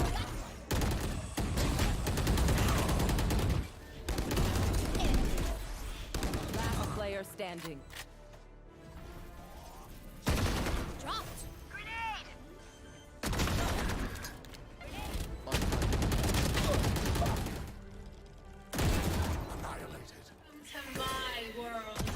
Loosen up. One enemy remaining. Blow you up.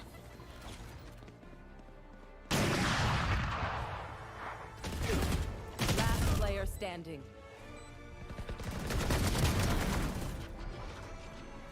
Down A.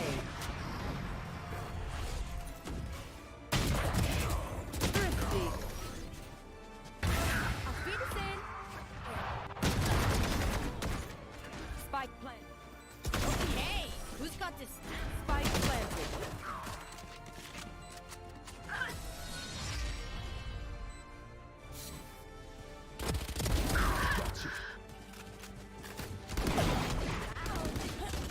Enemy remaining.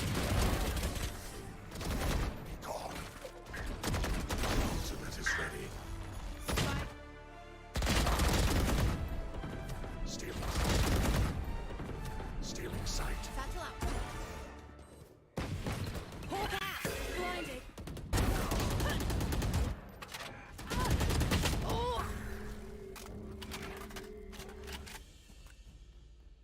One enemy remaining. Last player standing.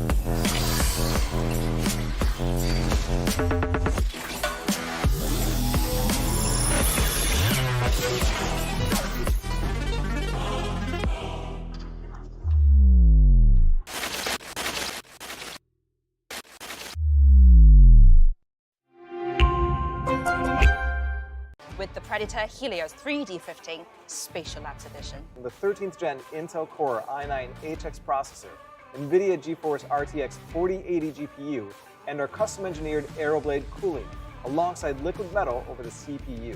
Delivering intuitive interaction and immersive sensation through technologies like advanced sensory solutions, optical display, and the latest real-time rendering technologies. With the Helios Neo 16. 13th gen Intel Core processor? Check. GeForce RTX 40 series graphics? Of course. As for cooling, the Helios Neo includes Predator's custom-engineered cooling solutions listed here, with our unique Aeroblade fans and liquid metal thermal grease. Predator Triton 17X laptop.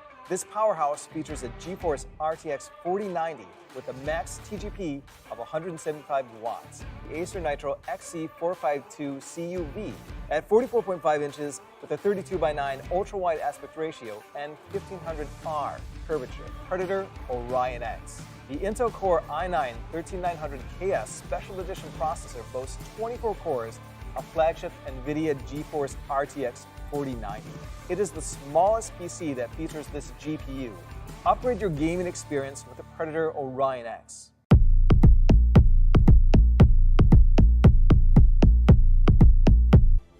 It is a beautiful afternoon and an even beautiful Valorant action dito sa ating first day on the Predator League Qualifiers para sa Valorant section natin. Ako pala si Ramon, kasama ko si Mochi para sa ating first day.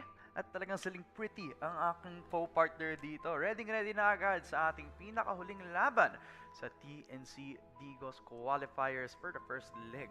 And as we may recall kanina is nakita natin kung gaano naging maganda ang performances ng both teams natin na maglalaban ngayon, respectively APH and Cookies and Cream. Cookies and Cream, pretty standard actually yung kanilang mga plays. Hindi naman sila ganun ka-flashy, but at the same time, they get the job done. On the end of APH, nandurog talaga sila dito. Hindi natin makakailala yun eh. They really know their prowess. Alam nila yung magiging advantage nila if they try doing certain types of stuff. And yes, talagang tumama naman sila ng matindi dito. And I wonder kung ano yung magiging difference this time around, lalong-lalo na they really need to end this off with a bang. Yeah, I mean, we already set up our expectations katulad ng makatapos ng dalawa nating semifinals game. It has been a very, very high ceiling games para sa pareho nating teams from the semifinal wins nga naman dito. Pero dahil sila naman na magkakatapat, ay malay mo naman pareho silang magkakaroon ng close game dito. Will it be the first dominating qualifying matchup dito sa ating matchup, or will it be a very tight game? Malalaman natin agad. It will be Cookies and Cream versus APH. It is a pro team on the left and an aspiring pro team on the right. Cookies and Cream, will they be prepared for what is to come for APH? Kasi the fact is, they have shown a lot of flexibility in their lineup nga naman and how they have been performing on the pre-game and the post-plan lineups. Ay talagang mahihirapan ang kahit sinong makakatapat nila. However, for Cookies and Cream, the name of the game has always been all-out push, which has been their focal point doon sa kanilang Pearl game kanina. If they can keep that up dito kay MPH, and if they can provide something new to the table, kasi syempre, napanood ng MPH kanina laban ng Cookies and Cream, since sila nga yung pinakauna sa broadcast, ay baka ma-expect nila agad. They have to show up with something very, very new to the table. Yeah, actually, they really go on with their theme na strength in numbers on the end of Cookies Golden and State. Cream. Yeah, actually. Kaya nga lang kasi, you cannot dwell on that type of motive kasi what if they wanted to destroy your positioning, like for example kung gusto nila mahati-hati sila, like they can use certain types of utilities in terms of their what do you call this, yung kanilang mga mababato, or as well as like the paint shells, yung mga nanoswarms, snake bites, etc. You get the gist. So they really need to find some sort of way. If they are really stubborn though, they should find a way to counter all those abilities, how they would be able to answer or address that once na makuha nila yun, and as well as the fact na kung paano nila ma-maintain yung ganong strategy even here, dito sa mga agent picks natin ngayon. So that will be our final map of the night, mga kaibigan. It is the first matchup for MPH and Cookies and Cream. It is a double flash comp for AMPH, a triple initiator one at that. So wala silang hard senti, pero mukhang may ace pa sila sa sleeve nila dito, mga kaibigan. Hindi sila maghaharap ng Sova, okay na sa kanila yung fade. Maybe they want to have a lot of combos into the mix. Nasa isip ko, pwede silang maghakot gamit dito sa fade natin. Pwede silang magbato ng dalawang molly na meron si Naj at saka si Yonpeak. Kung sino man ang gusto niya makasama. Pwede din silang mag-push all out kasama ng dalawang initiator. Samahan tong si Naj, samahan agad para masuportahan yung push doon sa CT side nila. Pwede din on the T side when they have all the flexibility in the world. While on the other hand, Cookies and Cream, they don't want to jet. Wala silang operator agent dito. As in, gusto lang nilang lumaban. As in, Severy again with the Phoenix. And with the Rays, talagang siya naman yung pumasok dito in place of one of their players for Cookies and Cream. Gusto nila ilabas ang kanilang sariling ace up their sleeve na hindi pa nakita ng APH. So this will be very interesting kung makikita natin yung difference ng Rays compared to the Jet, which I'm very much accustomed to kapag nakakita ko ng Ascent match na dapat may Jet dito. Actually, what I find interesting din as well is the loss of having the Sova. Oo nga. Kasi usually ang pinagsasama mo dyan is yung KO, yung Sova. I mean, this is an Ascent map. It is usually the quote-unquote standard or society-made standard ngayon, no? Daming Like, walls dito na pwede i-penetrate. like, ang dami mong pwedeng gamitan ng Wallbang. hindi lang like yung mga lineups mo. Oo nga You can eh. get creative kahit na sabihin mo na napaka-classic ng Ascent na yan. Lagi lang Ascent, Ascent, Ascent, Ascent. Sige, Ascent na naman. Pinoy map diba? eh. Pero it's Pinoy map. But at the same time kasi, ang dami mong possibilities or opportunities na pwedeng gamitin. You can get creative with it, with the Soba. But now, I feel like they want to go for the fade here. This is going to be quite interesting kasi we know din naman yung mga offer ng fade. Lalong-lalo na yung Nightfall niya with that feature na kailangan or mabibingit ka like ang daing bubulong sa'yo parang kala mo nagtatawag ng pusa sa paligid mo diba? Pero ayun nga, we'll see if this is going to impact their teams highly. Would it bring good? Would it bring bad? And even with the blinds na meron dito on the end of Cookies and Cream na drastically lower sa kung anong meron sa MPH, baka mabulag ka na ng tuluyan kakatingin sa screen mo, biro mo may breach, may fade, may KO, tigilan pa yung blind ng kada isang yan, di ba? Yeah. Ewan ko na lang talaga. Yeah, I really like that Yonpeak actually is that flexible nga naman. One of the guys that I've been pointing out na can pick up any sort of agent in any given time, and the fact that he pulls out KO dito means they have really strong points dito sa mapang to. Specifically when they're on the defense, he will have control over A main at saka A short with just him being around tree. That's how good AKO can be kasi napakaganda ng skills niya para sa kahit anong protocol ng attacking side. Kung magpupush kayo ng A main, nandun lang siya para batuhin yung fragment anywhere that he wants to. Plus, he can disable you kapag nakalabas ka na ng smoke. You can also do that around the tree area, papunta doon sa ating A short where they will burn so much time papunta doon sa ating A side extremity. Now, I'm only pointing out one example. I'm pointing out more possibilities para sa kayong to, which will unlock yung potential ng ating players on APH dito. While on the other hand, Cookies and Cream, they also have a lot to work with. Actually, with the Astra, no? Like, usually you don't see an Astra being used in an Ascent. Sarang.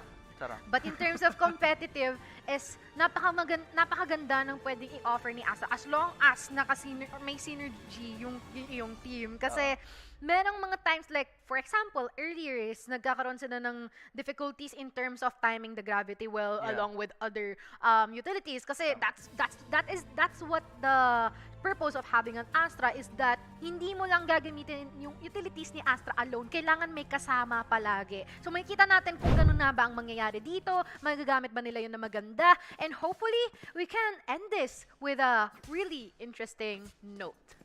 You know, just to add things up about the Astra, I know the gravity well, it does have a delay this time, the nerf nga siya this patch, where it's not gonna instantly suck you in sa gravity well. It has a 1 second delay bago makuha yung shot itself. But now, it is the matchup para sa Cookies and Cream on the T side. 3 players on the defending side na disabled, pero papasok pa rin si Doku. Siya ang mag-entry dahil sa gravity well na nalabas ni Sevi. Does back himself up doon sa ating backside of things habang nag-retake pa lang ang APH. Triple M landing spike, and they forced out yung retake scenario. Sevi a double through the smoke as well. Sato Baby on top of Heaven, rolling them down with a right click. M gets a double. and Jeremiah trying to Last make player themselves known standing. on triple kill for M, and it's all on Jan. 1v1 race battle sa loob ng hell. Itong CNC. Keso, nandito ang 4K, the clutch up from Triple M.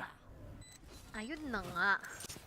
CNC is gonna get the first pin here sa ating match, and that is a really great sign. But on the other hand, nakita naman natin kung gano'n nasimula na maganda ni Aim yung kanilang mga pick-offs, but it's just that talaga nag-pop up dito si Triple M, and even garnered the 4K for that first round. Like, napakalinis, and he has been able to pinpoint every single one na nanggagaling dito on the end of MPH, and definitely that just meant that they will be able to earn the first win sa ating match. Wow, what a beautiful start para sa CNC dito. It was kind of interesting na na layer agad yung delay utility for MPH. Perfect time to use the gravity well.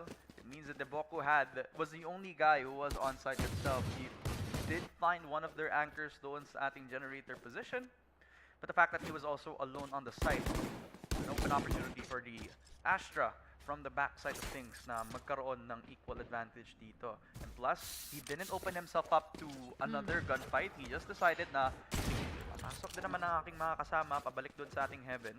Hindi ko kailangan labanan ang mga kalaban natin doon sa may aiming. Kasi pagkatapos ng gravity well, makakapasok sila. So kung mag-iisa lang ako lalaban dito, mas maganda kapag doon na lang ako sa likod para hindi ako mamatay agad. Plus valuable pa ako sa team ko mamaya pag nag-retake na kasi smoker ako. That's just the amount of things that I like about Sevi. Not only are we gonna say things about Yeonpi, kasi Yeonpi is definitely a really good player, but Sevi is a tactical player who just knows the pros Individually and cons sufficient talaga siya. on what the situation is talaga. But on the end of CNC though, ang dami nilang opportunities na pwede rin i-unlock dito. Kasi kanina pa sila nagpi-Phoenix eh. And this is going to be an asset on them, specifically lalong-lalo na pag nakuha nila lagi yung mga orbs dito, yung mga ult orbs natin dito. Meron silang abuse, pwede nila ma-abuse yung run it back natin just in case nagugustuhin nila. And that is going to be a really good sign for them to go for some pick-ups here. Oras na e-entra sila, hindi na magkakaroon ng chance or magiging mahirap na para sa counterpart nila or sa kanilang opponents na makapag-retake ng buo. Kasi first of all, bawas na sila eh, di ba? So, I hope that CNC will be able to capitalize on that. Lalong-lalo na maganda rin naman ang kanilang team composition here kasi pwede siyang sabayan ni Ray. So if ever man na kailangan niya ng mag-trade, then definitely available yung kanyang mga kasama. But once again, speed and timing definitely matters in these games kasi hindi lang sapat na ikaw yung magaling mag-isa, na magaling ka mag-secure ng mga kills, na magaling ka maglatag ng mga utilities, magaling ka mag-defend. Kailangan lahat kayo nagkakasundo and meron kayong direction na patutunguan. All of you guys really need to be in the same page. Kaya naman, this is going to be a good avenue para dito sa mga teams natin na to work on that, basically. Yeah, it's a perfect time as well to call a tech pause dito para ensure na 100% ang lahat ng mga nandito sa ating qualifying stage. Of course, kung sino man ang mananalo dito sa reminder ng best of 1 na final matchup dito sa TNC Digos, mananalo sila ng 5,000 pesos at makakapasok sila Phase 2. sa group stage ng ating magiging Predator League 2023. Napakaganda nga naman ang ating mga pampremyo. Tapos 5,000 pesos pa nga pag-uwi. So bawat isa sa inyo may 1K sa pag-uwi. Paano na yung 6 months? Ano yun, hati sa kanya? Oy, may share ako dyan kahit na chillings lang ako dito. Pero anyways, gusto ko rin i-point out dito, paano pag nagtuloy-tuloy yung panalo nila? May phase 3 tayo, syempre, playoffs natin, and palag-palag na. This is the time for them to actually represent Philippines. Yeah. Itayo ang bandera ng mga Pipino. Pipino? Pipino? Ng mga Pipino natin, di ba? And to actually bring it towards our APAC Predator League Championships na magaganap lang naman saan? Hindi natin sure. Wala. Paano muna tayo? Pakipot muna tayo. Saan? Hulaan nyo. Wala muna tayong details. Feeling ko sa sa mundo. Basta? Oo, basta. Malay mo sa ascent. Hindi, para malaman nila, follow nyo yung socials ng Predator. Sa Predator Gaming on Facebook, Predator Gaming as well on Twitter. Yeah, para na maging updated sila. Ay, nabalita ko ng mga may birthday. Happy Out of birthday charges. po sa ating content creator na si Kang. Ooh. Ayan. Happy birthday. Happy birthday, Kango. Si King. No, King. Ay, kala Yeah. si Kang Dupit. So, na-shoutout lang siya. No Wala, reason. shoutout lang. Yeah, shoutout. Siyempre, content creators naman pala. Mga alagang Ay. Acer yan eh, di ba? Ah, Siyempre. well, ready na mga kalaban natin dito. Cookies and Cream getting the first opening win sa laban natin over at Ascent. AMPH down on the low buy dito ngayon. It is a 3-man push from the double initiator comp.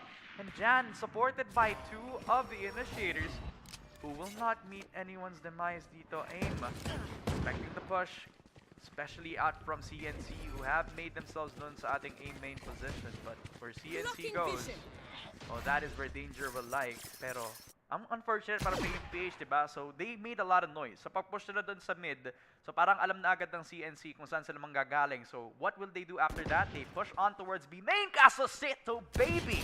The headshot. Yon peak na po. Sayang na sayang yung 3 bullets dito from the Sheriff. They will flash off and back up for now. Habang ang CNC tamang reset lamang dahil nagtatapusan na agad ng utility ang parehong players dito. That is really interesting kasi kahit na defenders yung AMPH dito is they really wanted to free a lot of space. They really invested on the mid control na meron sila dito with using the utilities na meron ng kanilang Astra, and that really benefited them well. I mean, it's still a 4v4, there's still a lot of time, pero kailangan nila talagang isipin ng mabuti paano nila makakounter ito, but it's already about time for Cookies and Cream to actually push 30 dito sa seconds B left. site natin, and hopefully hindi sila masandwich. Push na yung smokes nila. So, papasok na lang sila with just contact and their guns. Headshot, well, more likely the death over to Jan. So, MPH working with less numbers, plus Doggy expecting the back out. Very on peak, who will fall to the ground. A double just from 10 the seconds Bulldog. left. And Last the right player makes itself standing. triple for Doggy. Planted. Just makes himself known doon sa B main. 7 na lang. Headshot wallbang papunta kay Triple M na tumatalon-talon para ma-dodge away yung shot. But it's the 4K for Doggy with the hoodie. 4 ultimate orbs para sa kanyang Astra ult.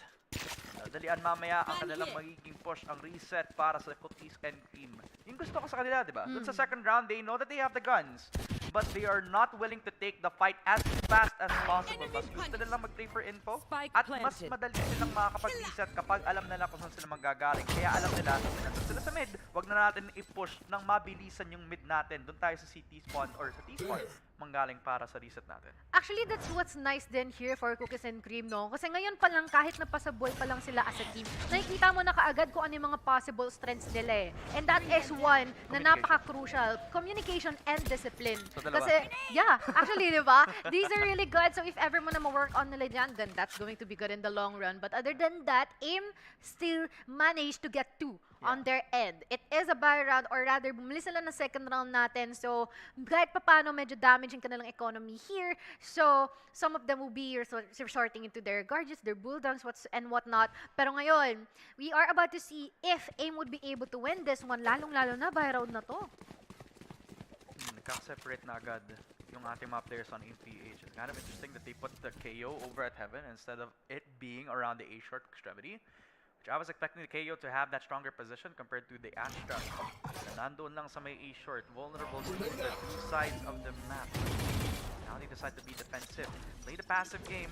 Let CNC take the space doon sa may A main, play for the retake later dahil buhay pa naman ang dalawa nating initiator.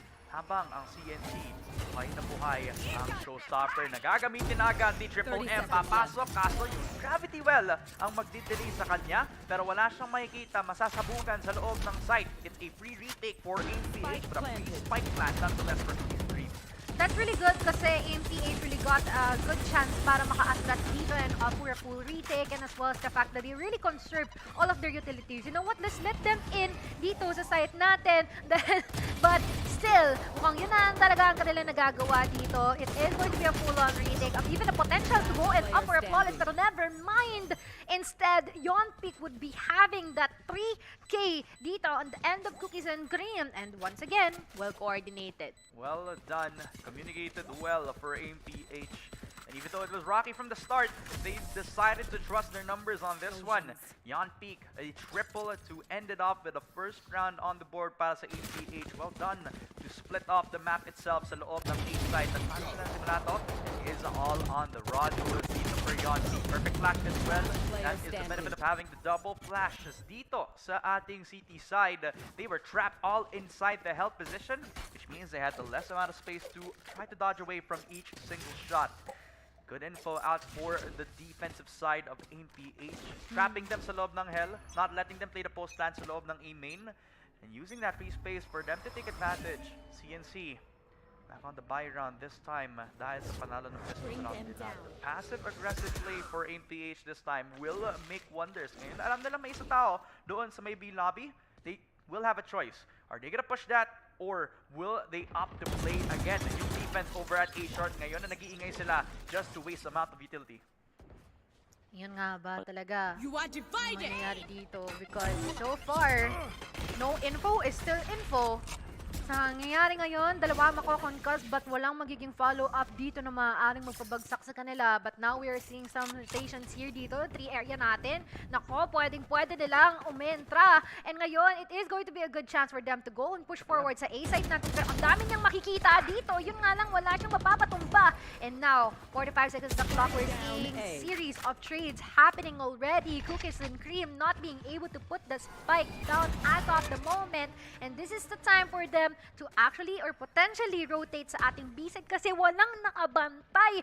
Available yung B-side natin. Yun nga lang, mukhang gugustuhin nilang kontrahin tayo and Jeremiah would be able to secure a couple. Pasok sa banga. Tusok na tusok. Natuhog ang dalawa na nagtatry mag-isolate ang picks dito dahil natalo na agad yung iba pang mga miyembro. Doon sa side ng CNC. Getting picked off one by one. It was Doggy versus Sevi sa labas ng A. Kaso, with them trying to decide of taking the picks, that is where they lied in the positioning dito. Unfortunate for the lineup. Great job para sa defense ng APH.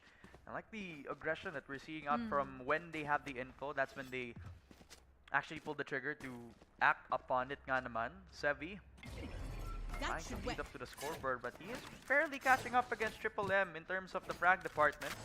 I would like to assume that they will eventually take this next round dahil wala silang makukuha na guns into the next round nga naman for CNC. Looks like kailangan nila mag-save. Kailangan nila mag-play for picks, but I don't think that's the team for the tournament so far. Talagang naglalaban na lang sila, face to face. Yeah. Actually, yun nga sabihin na natin na mayroong mga delays in terms of their encounters. So, yun nga lang kasi parang once na mangyari yung mga encounters na yun, all in talaga. Like, talagang gera kung sa gera yung nangyayari. Like, walang naiiwan na buhay. And kung meron man, that's just for a moment or a couple of seconds and then the round just ceases. Just like that. Pero from now kasi, with CNC having just pistols to work with, marami pa rin talaga silang, I mean, you know, there is still a one-tap potential with those. Yes. But with AIM being really good and methodical in terms of their positioning and knowing when to go for close quarters, push further, opt for mid-control, use this utility, it's going to be quite difficult for CNC to actually handle. But once again, I might be wrong kasi it's just the first moments here of our map. And by the way, ang laki naman nung ham cut na yun. Na nakain ni Takte Bear. Actually, have you seen those plushies? Yeah. Ang cute nun. Agigil. Na, may isa tayong colleague, yung pangalan niya Raf. Tapos meron siyang wingman plushie na gusto kong kunin. Yeah. That's wingman plushie. Whenever he shows it on cam, parang gusto ko kunin eh. Kasi ang laki. Alam ko there's another neon kit that they're distributing but it's sa ibang bansa siya. Like they have this, 'di ba merong octopus na keychain si Neon sa bag niya? Yeah, meron nun. And then, nakakatuwa lang tingnan. Nakakatuwa nga. Small. Baka naman, you know, baka naman. Malay mo naman sa susunod, you know, Pilipinas ulit. What if? What if lang naman. Pero that just highlights how good in terms of merchandise Riot is, no? Like their merchandise team or their product team is just so over the top na once you see it, even if you say na parang distributed siya, it's still quite limited and you want to get your hands on those so bad. Yeah. But you want to know what I want to get my hands on? Which one? The best gaming laptop on the market. Omsi. Predator. Ang mismo. Hindi lang laptops, pati peripherals. Ayaw. Hindi lang naman peripherals. May gaming PCs pa sila. Lahat na. Kung gusto mong maglaro ng Valorant, all day, every day, with no lag whatsoever. Predator, para sa inyong gaming needs. Ang tagal na nung laptop ko na Acer Predator Helios. Tiyate. Mas matagal pa sa relasyon ng iba. Wow! Oy! Wala, oy. Nagkakas tayo dito. Hindi tayo naghihila ng sakit. Humihila ng sakit sa loob. Pero guys, legit solid yung mga laptops nila. It's not just me because I'm casting a Acer Predator tournament. It's because it's maganda talaga yung nilang not only the specs but also even yung designing ka ng hardware. The ventilation is good, hindi siya nag-overheat, and Right then there. it's just parang siya, compact, but the quality is so high, like small but big features, big specs. So like small but terrible. Yeah. Terrible in the sense na magaling. Only. Yeah, well. We're in a tech pause, mga kaibigan, para lang sa lahat ng magiging aware sa atin dito. It's the second tech pause that we've had para sa Ascent game natin. Siyempre, kailangan 100% ang lahat. 101%, you know, para makadating tayo sa group stages sa ating qualifying matchups. For the side of AIM-PH, yeah, they have been bouncing back after pretty disastrous first 2 rounds nga dun sa pistol round wins para sa CNC. I do want to mention that we've seen effects from yung magiging strat ng CNC, which is to play for info, pull out kapag ka nalaman nila kung saan yung magiging aggressive positions ng Raze. I think they've been trying to avoid the Raze, and they've been looking for really good signs of where yung lahat ng anchors nila. If they find the Astra, that's where we're gonna push from, kasi they don't have anybody who's willing to take the aggressive risk. And the Astra is the last man that you would want to have to play that first pick-off. Gusto mo yung Raze. Yung Raze, he's always willing to put himself in the perfect position para makakuha ng 1-for-1, diba? That's the thing about yung CNC. They have 2 duelists who can take the risky positions. And it's okay na sila yung mamatay, pero dapat hindi mamatay kung somebody like Astra, somebody like Killjoy, kasi ang daming mawawala sa kanila. Pag namatay yung Astra, wala silang smokes. Kapag napatay yung Killjoy, pwede sila mag-flank.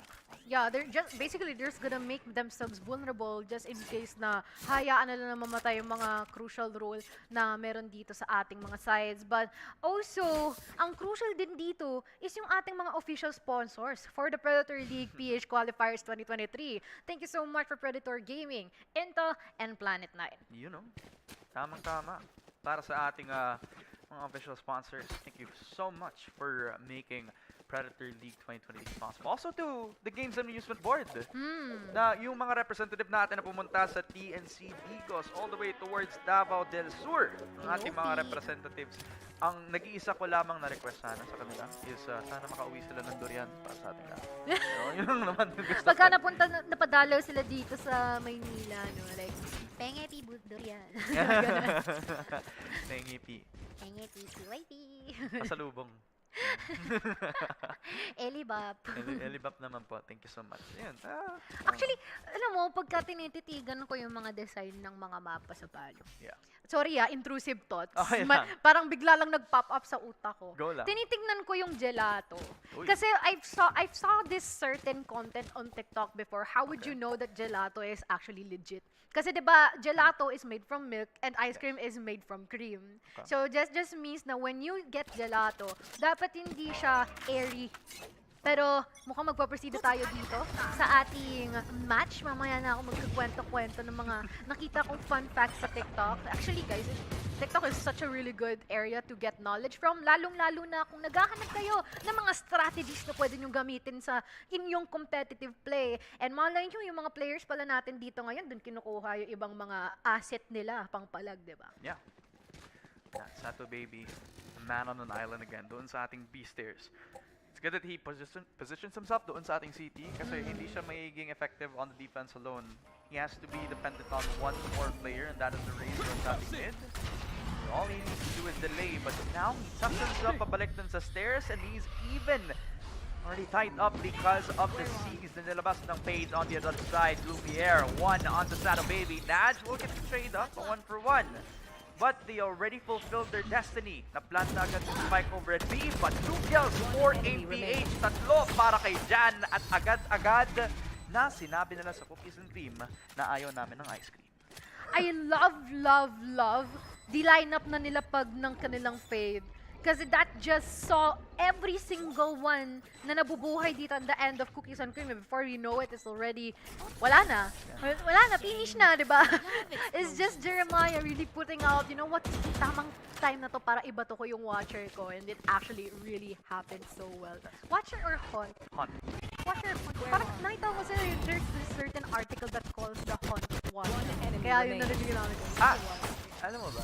It's actually a reference to The Watcher, which is a real-life mystery na parang case sa US. Ah, sa US. interesting. Yeah, ang nangyari, meron daw isang stalker sa isang pamilya na nag-move in sa isang bagong neighborhood. Tapos nagsasan siya ng letters na sila daw yung Watcher, dapat maingat kayo. Katulad ng CNC na talagang alam na gustong labanan ng APH sa loob ng mid-lane, punishing the only aggressive agent that they have sa lineup nila na Seas, pero nag-run it back. Kahit napatay ni Sato Baby, buhay na buhay ang Phoenix, nag-spam sa smoke at walang mapupuntahan ang Cookies and Cream. They have defended yung B-main, nandun pa rin yung spike sa labas ng smoke at walang mapaplan agad ng Cookies and Cream. They have to get the objective and reset for now. Ang lungkot nun, ang dahil nilang sinakrifice na utilities and as well as the ultimates na available dito, specifically the run it back and as well as the showstopper. Yun nga lang, wala silang nakuha na ROI or return of investment doon, which is really unfortunate. But now, we're seeing them trying to pick up the pieces na existing, try to get it back together. But yun nga lang, mukhang hindi na siya nangyayari. Na yun, it is going to be a couple more members na existing sa CNC. But magiging isa na lang. Sato Baby, he'll be able to get Lumiere and mukhang hindi na 30 magiging seconds luminance Right there. or hindi na magkakaroon ng brightness dito for CNC kasi isa na lang ang iiwan dito, not unless na meron pa siyang blind, pero yun nga lang, nagamit niya na ata yun kanina. Yeah, so 1 versus 3 para kay Field versus everyone. He doesn't have the jet anymore. So the Phoenix has to rise to the occasion. 1 onto Sato Baby makes it doable. 10 seconds at agad-agad ginawang 45 ang timer natin mga kaibigan. All relying on Field versus everyone. And nag-push dun sa lane kaso Jeremiah has scouted his next move. 4-2 para sa APH. Ang dalawang initiator ang magsa-stand tall. Good effort kasi parang na-predict niya na lang, you know what, mako-corner ako dito if ever they'll just stay in that site. Kaya let me just push forward. Kaya yun nga lang kasi it's just that difference of having them push together. And of course, in terms of numbers 10, definitely here, in terms of positioning, mukhang nagkaroon nga ng kalamangan dito for aim. But now, we are seeing na it is still a 4-2. Mukhang kaunti pa lang naman ang ating mga differences. But the problem here is, ang different is wala na silang economy na mapupull out dito on the end of CNC. So that means them having mixed buys of SMGs and as well as rifles. Nako po, sayang off the mark but not whipping the showstopper. Nads, no hesitation. The assassin is digging his teeth in. The 4K for Nads. APH. Talagang pagkatapos ng barrier, hindi nag-hit yung util. Oo, hindi nag-hit yung gravity well. Hindi din nag 3 points ang ating paint shell. Pero yung showstopper, yung satchel charge ni Nudge, ang on point sa pagpasok. At hindi na-expect agad ng Cookies and Cream na net sila before matasuko ng APH to. Nakakatakot yung ganun, no? Alam mo na agad na, naku, wait lang, bakit ang lalim ata nung lagay or lapag ng gravity well niya? Before you even know it, bago mo pa man ma-absorb yung fact na yon, kung ano yung dapat mong gawin sa susunod, patay ka na. Because Nudge just really executed everything fast. Before you even know it, nakahandusay ka na sa iyong baol. But now, you're seeing the lockdown being put down into sa A site natin with the run it back being accompanied by that as well. But at the same time, every single one is just falling apart here in the end of Cookies and Cream with Nudge definitely popping off with all of the utilities connecting into their opponents. And hindi sila makapalag! Ang dami nilang ni-waste. Run it back out from the Phoenix. Yung lockdown agad ng Killjoy because they were pushing after the lockdown itself. Isa na lang tong si Phil versus everyone kasi na-pop na agad yung kanyang run it back. And now he has to back himself up into a corner dahil na-overpull siya agad ng Astra. And Jan just knows where he's hiding from. Triple kill from Naj dito after a really nice spray through the smoke. Flawless victory from APH. They looked vulnerable in the pistol round, but now they look unstoppable. Medyo napapakamot na ng ulo si Kuya kanina eh, no? Oo. parang nakataas na yung kamay niya, yung kamay sa batok, no? Papakamot. Napapatingin na lang sa kasapi. Ano pa bang pwede natin gawin dito, Lodi? Pero, ayun, time has been put out here by, I assume, Cookies and Cream. Pero, we're about to see kung meron nga ba silang makukuha. Try to delay or at least make the opponents calm down kasi nakikita nila the momentum is being taken by them already. Actually, hindi lang momentum, like talagang full force or nasa zone na talaga yung mga members natin dito on the side of MPH. And so far, parang sila pa yung attacking. Kasi even if the Cookies and Cream is trying or doing their desperate efforts na to use every single utility na meron sila from their bag, is that nasi-shutdown continuously by the end of MPH because all their players are really synchronized in terms of putting all their utilities together. Tama, hindi lang yun. Yung impatience na din, ang kailangan nating i-point out from the standpoint of their ultimates, diba? They had the perfect ults to try to get themselves yung A-site natin eh. Run it back tapos yung Killjoy lockdown, but they decided to push agad dun sa smoke natin before fulfill agad yung lockdown natin. They opened themselves up to a fight over from the heaven side na hindi pa natatapos ang lockdown timer.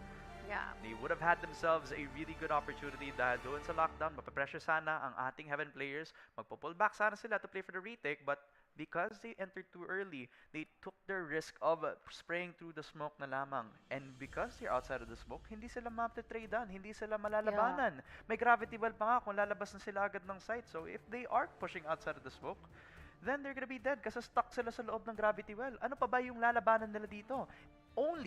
If only naghintay sila sa lockdown natin.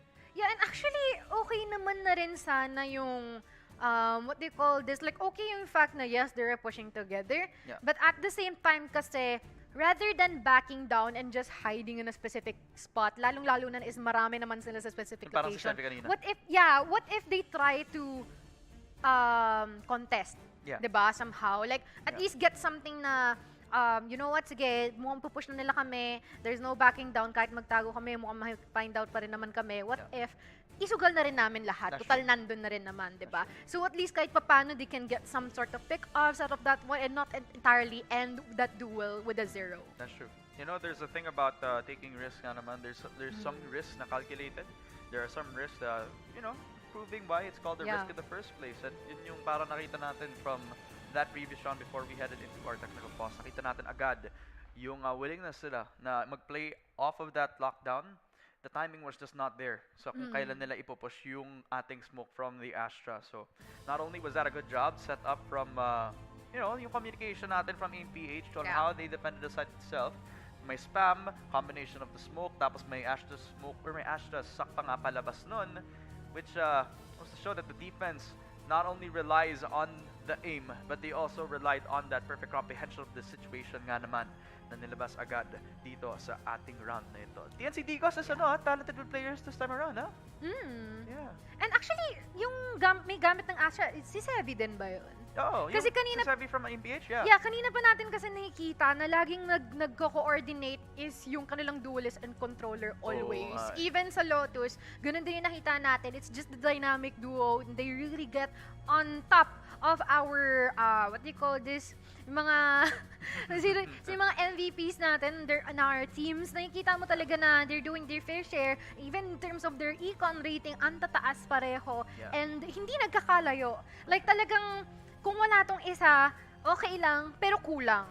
Parang ganun yung nagiging like, it's better when they're together. Wow! Wow! Parang naman, di ba? Pero, Wow. you know, it's just that, parang hindi mo sila mapaghiwalay. And pagka napaghiwalay mo sila is, okay lang, but sayang. Parang ganun yung, parang ganun yung vibe na nakukuha ko sa dalawang members na yun from APH. Yeah, I mean, nasa podcast na tayo. Yeah. Since naghihintay na lang natin na makapag-nag-match. Actually, balik Okay, tayo dun sa gelato. Charis. okay. What is it? Okay, yun nga. Magkwento tayo. Alright. Sabi nila, malalaman mo lang daw na legit yung gelato pag mabigat. Oh. Tapos, pagka daw nakita mo na, ang unang-unang mo titignan doon na flavor is yung banana flavor.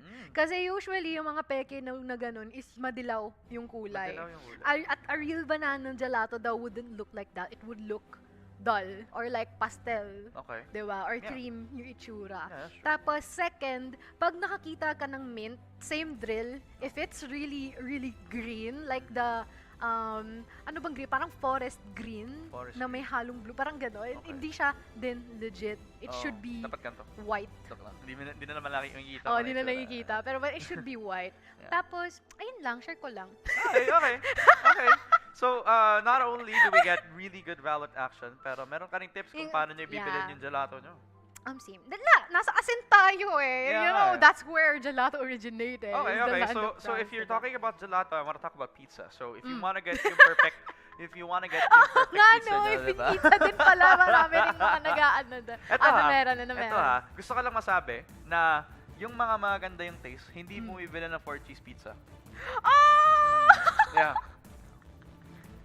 So parang ano lang kung gusto nyo bumili ng napakasarap na pizza, buko nga kayo nang hindi yung masyado maraming toppings, pepperoni will always be the way. Pero mga kaibigan, we have had notice na mukhang babalik pa tayo sa isang break before we head into the continuation of our final game on the first qualifying day. Pupunta muna tayo in a very short break. Don't go anywhere, magbabalik ang qualifying day ng Predator League 2023 Valorant Edition. With the Predator Helios 3D15 Spatial Labs Edition. The 13th gen Intel Core i9 HX processor, NVIDIA GeForce RTX 4080 GPU, and our custom-engineered Aeroblade cooling, alongside liquid metal over the CPU. Delivering intuitive interaction and immersive sensation through technologies like advanced sensory solutions, optical display, and the latest real-time rendering technologies. With the Helios Neo 16. 13th gen Intel Core processor? Check. GeForce RTX 40 series graphics? Of course.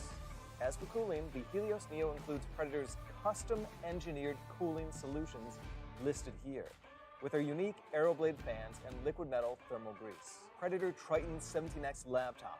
This powerhouse features a GeForce RTX 4090 with a max TGP of 175 watts. The Acer Nitro XC452 CUV at 44.5 inches with a 32:9 ultra-wide aspect ratio and 1500R curvature. Predator Orion X. The Intel Core i9 13900KS Special Edition processor boasts 24 cores, a flagship NVIDIA GeForce RTX 4090. It is the smallest PC that features this GPU. Upgrade your gaming experience with the Predator Orion X.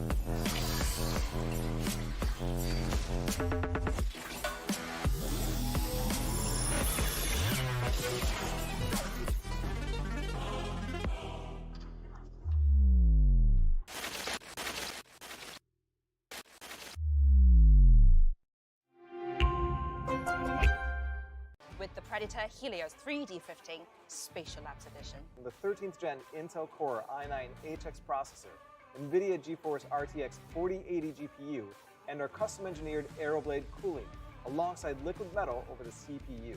Delivering intuitive interaction and immersive sensation through technologies like advanced sensory solutions, optical display, and the latest real-time rendering technologies. With the Helios Neo 16. 13th gen Intel Core processor? Check. GeForce RTX 40 series graphics?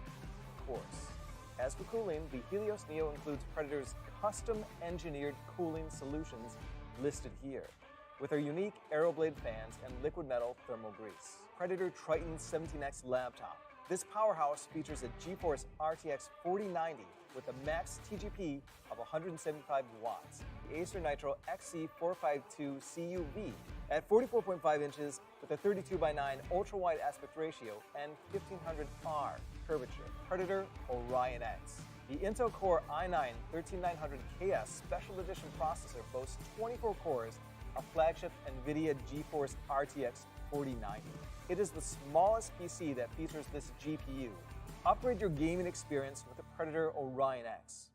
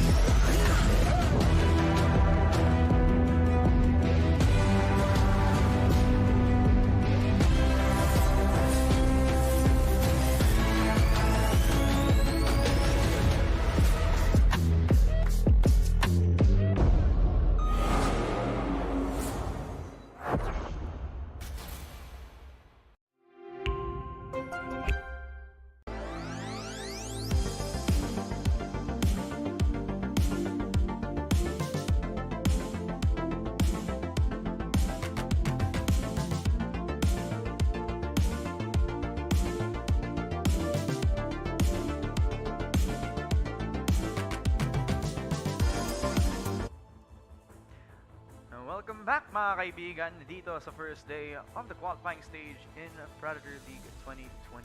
Mga pala si Ramon, kasama ko si Mochi, and we came off of a technical issue kaya tayo napunta sa very short break lamang, pero good news, na-resolve na natin ang lahat. We just have to roll back the last round para magkaroon tayo at mag-ensure ng napaka-smooth and stable na process dito sa ating last game.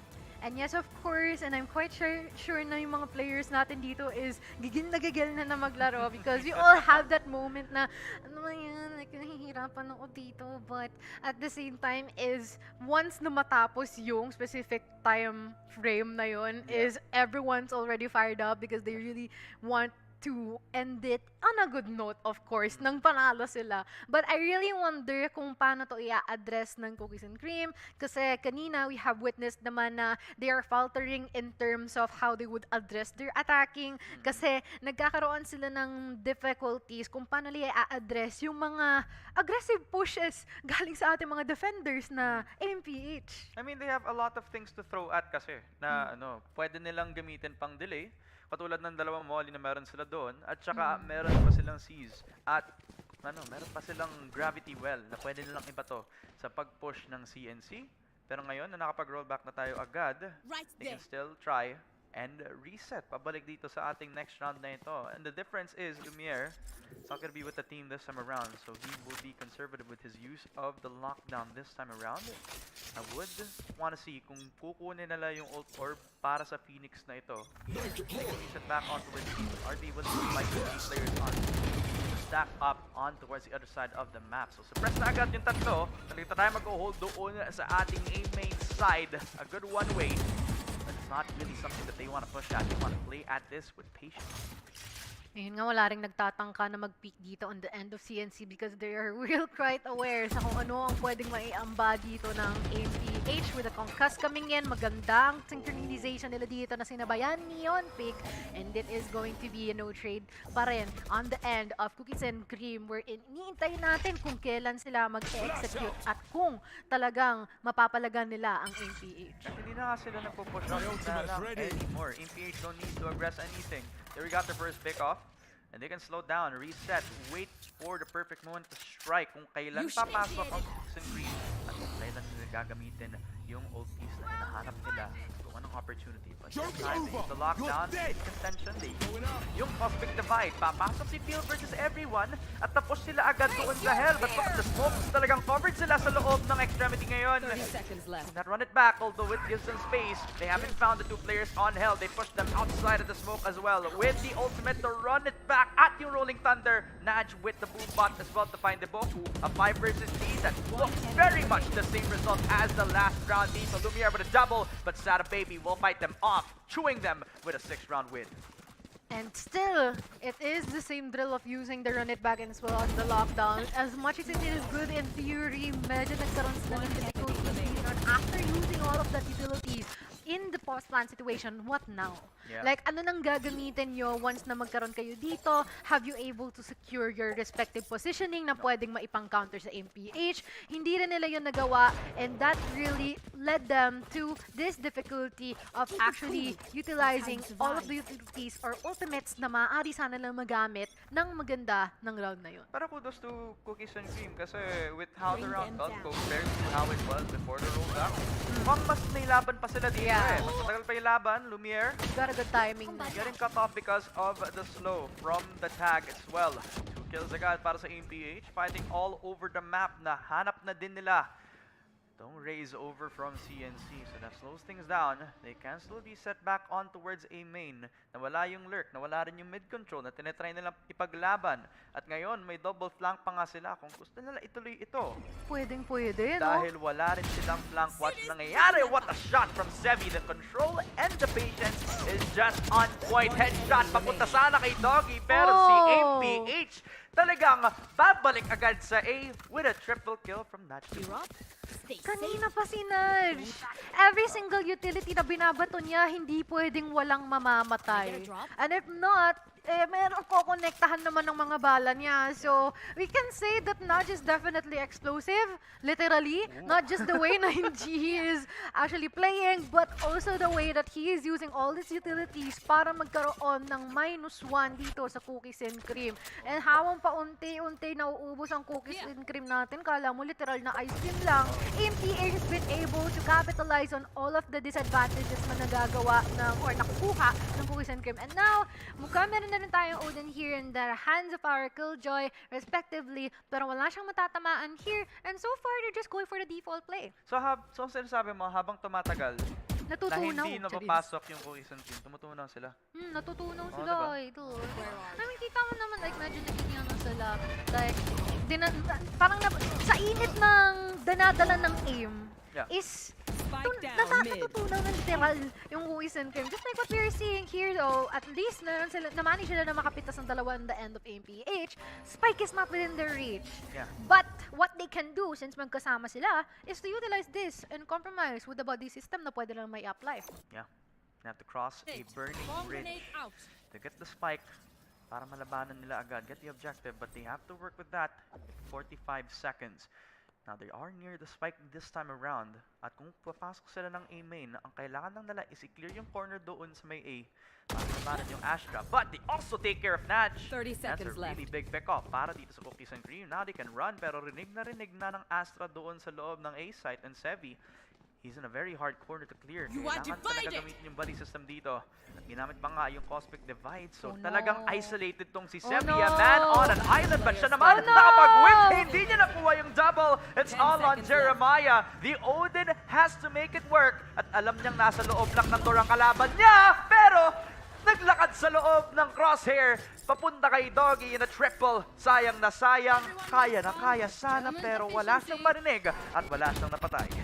Well, at least on the bright side dito for Cookies and Cream is nagkaroon siya ng maganda panalo here. And another point here on the board, which just means that there is still some hope, still chances. And of course, they're taking advantage of that one. Yun nga lang nga is on the end of AMPH is even if they really have all of the advantages available, is hindi nila ito na gamit na maganda, which resulted in their lose. But now, they've got 2 more rounds to go here for our first half. And if ever naman napuha ng Cookies and Cream, that is going to be really good on their end, and it's already looking good at this point in time. Yeah, hindi lang niya napatay itong fade ng AMPH. Si Nudge napaka-low pa on HP. Wala silang pang reset at pang heal. Kaya he's gonna be 2 HP for the duration of the round. That's gonna be very hard on the retake later. So the fact that they already got the pick off and a lot of damage on the raise will already be a big asset heading into the round for Cookies and Cream. Good start, but can they finish it off with a bang? Kailangan maging 4-7 to if they want to make this an 5-7. Kaso, hindi ka nang mamatay ang mga mid players natin from CNC. Another flash out. Yonpeak does not try and risk himself up for another fight. Trying for another day. Doon sa B main, may naglalurk pa nga dito. Killjoy trying to see if he can assassinate tong si Nash. The only guy trying to hold the lane Placing position. Just swarm waiting grenade. for his teammates to strike on with him. Swarm They grenade want out. to hold their nerve, wait for the perfect moment. Nad already the showstopper, wow. up and above, and already getting himself one. But Lumiere will finally get himself yung patay kay Nad. Feel almost will whip the shot kay Yonpeak, but just in time. 2v4 and AMPH, they have to fight. On the Spike bright planted. side though, nakita lang natin how Cookies and Cream has been able to actually counter every single thing na nakikita natin ngayon. And ngayon player now, standing. it's still their difference here in terms of numbers. Si Sevi na lang ang naiiwan and we're quite unsure kung paano niya ito mapapalagan. I'm not quite sure then if the better decision for him is to save because I assume na meron pa naman silang pera. Yeah. But until how long would that money last? Kaya right after this round, they better be more careful. Yeah, they have to. Sevi, 1v4, 20 seconds dun sa spike. Kaso Sevi, only getting yung exit frag kay Lumiere. The only thing that he's gonna be happy about is that he's 1 away from his ult orb, and now he has ultimate for the next round. Kaso that's also additional money for Triple M on CNC. Last round in the half. To get yung picks nila dun sa may B main. Sobrang impactful ng naging round na yon para sa Killjoy ng Cookies and Cream. Lumiere doing a lot of wonders. in the astral Open an plane. avenue para sa mga players on Cookies and Cream.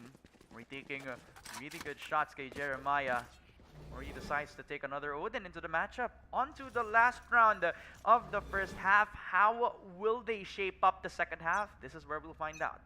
Oh, this is interesting. We're seeing both Odins being used here dito sa B site natin. And nagta-time lang dito na maganda si Jeremiah when he will be able to use this one. But while I was saying that, meron na na-pick up dito sa mid area natin. And this is going to be an advantage further sa AMPH with just Nudge once again getting the first pick up of this specific round. Pero ngayon, we're still waiting for any types of execution na meron dito sa Cookies and Cream. Pero ngayon, nag-iingat talaga sila na mabuti. Pero it is still going to be a struggle knowing that it's already a -1 on their end. Yeah.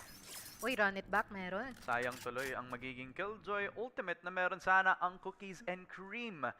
That's why they're gonna have to rely on the double duelists and their ultimates this time around. Need the smoke, but Win lang. before the Down smoke mid. will put up. Mawawala agad doon si Diboku, kaya wala na yung fade util. Kailangan umalis ni Nudge, kaso Field versus everyone has shown why he is aggressive as a duelist. As Yon Last will player lock standing. away etong si Field versus everyone, and it's all on Triple M. But what else can he do in the 1v4? No. He gets himself one kay Jeremiah. Ang daming util na pinato sa kanya at wala siyang nakita. Pero si Yon Peak ang papatay sa kanya. Hirap na hirap sila doon. Everything na butt-clenching na sitwasyon is nangyari lahat near the tree or mid-bottom natin. Na nakita naman how they've been able to actually counter that from the pick-offs na ginawa ni Nat dito, yung run it back ni Field versus everyone, and nasundan pa ni Triple M na hindi mo malaman, like, how am I going to survive this? Kitang-kita naman kung gaano siya nahirapan, but at least, that marks the end of our first half. So it's all going to be a clean slate. It's already time for them to actually think of something new. Paano ba natin ma-address to? Knowing that we have a Killjoy on our end, dapat advantage On my way. natin to on the end of Cookies and Cream. Pero alam mo, all things considered, this is the closest On my game that way. we've had so far sa qualifiers natin. Pero, you know, it's not by a big margin. Yeah. 2-10 ba naman ang pareho natin sa semifinals? Oo. Ngayon, eto ang 8-4. Ngayon, papasok si Nudge. Ngayon, nahanap siya ng kahit anong entry dito. Kaso Lumiere, yun lang. Yung 6-man, yung papatay kay Yon Peak. Dalawa pa nga. Triple M and Zeboku putting themselves on the kill feed. Nudge, the only guy inside backside, has now been left alone in 1v4 clutch. Right click, enough to get the second, but not enough to clutch it out. 1 versus 4. Fifth round para sa CNC. And another fight in them, showing that they are still one of the teams to beat dito sa ating qualifying stage. This is looking good on the end of CNC. I mean, in terms of their composition naman din kasi is originally they had them advantage dapat in terms of the defending. And nakita naman natin na paunti-unti or in the first round at least we have seen how they've been able to address that. And I am quite wondering how this is going to be good on their end since they have the buys. There is a potential for them to na umarangkada dito sa second half natin, and hopefully is makita na umarangkada. Like makapag-boost up, like makapag-charge in. Okay. Yeah. Salamat. Actually, Tagalog moments. Tagalog moments, yeah, tama. Definitely. Wow. Anyway. Yeah. Cookies and Cream. Oh, you know, winning their first pistol round sa ating second half is definitely more than what they bargained for. They have enough money to buy the guns at least. They definitely have Deboku. Trying to see if he can have some info around A short without being there at the very least. Field versus everyone. Watch your eyes. Trying to in and out of this infinite extremity, but not expecting to be just the headshot from the Spectre.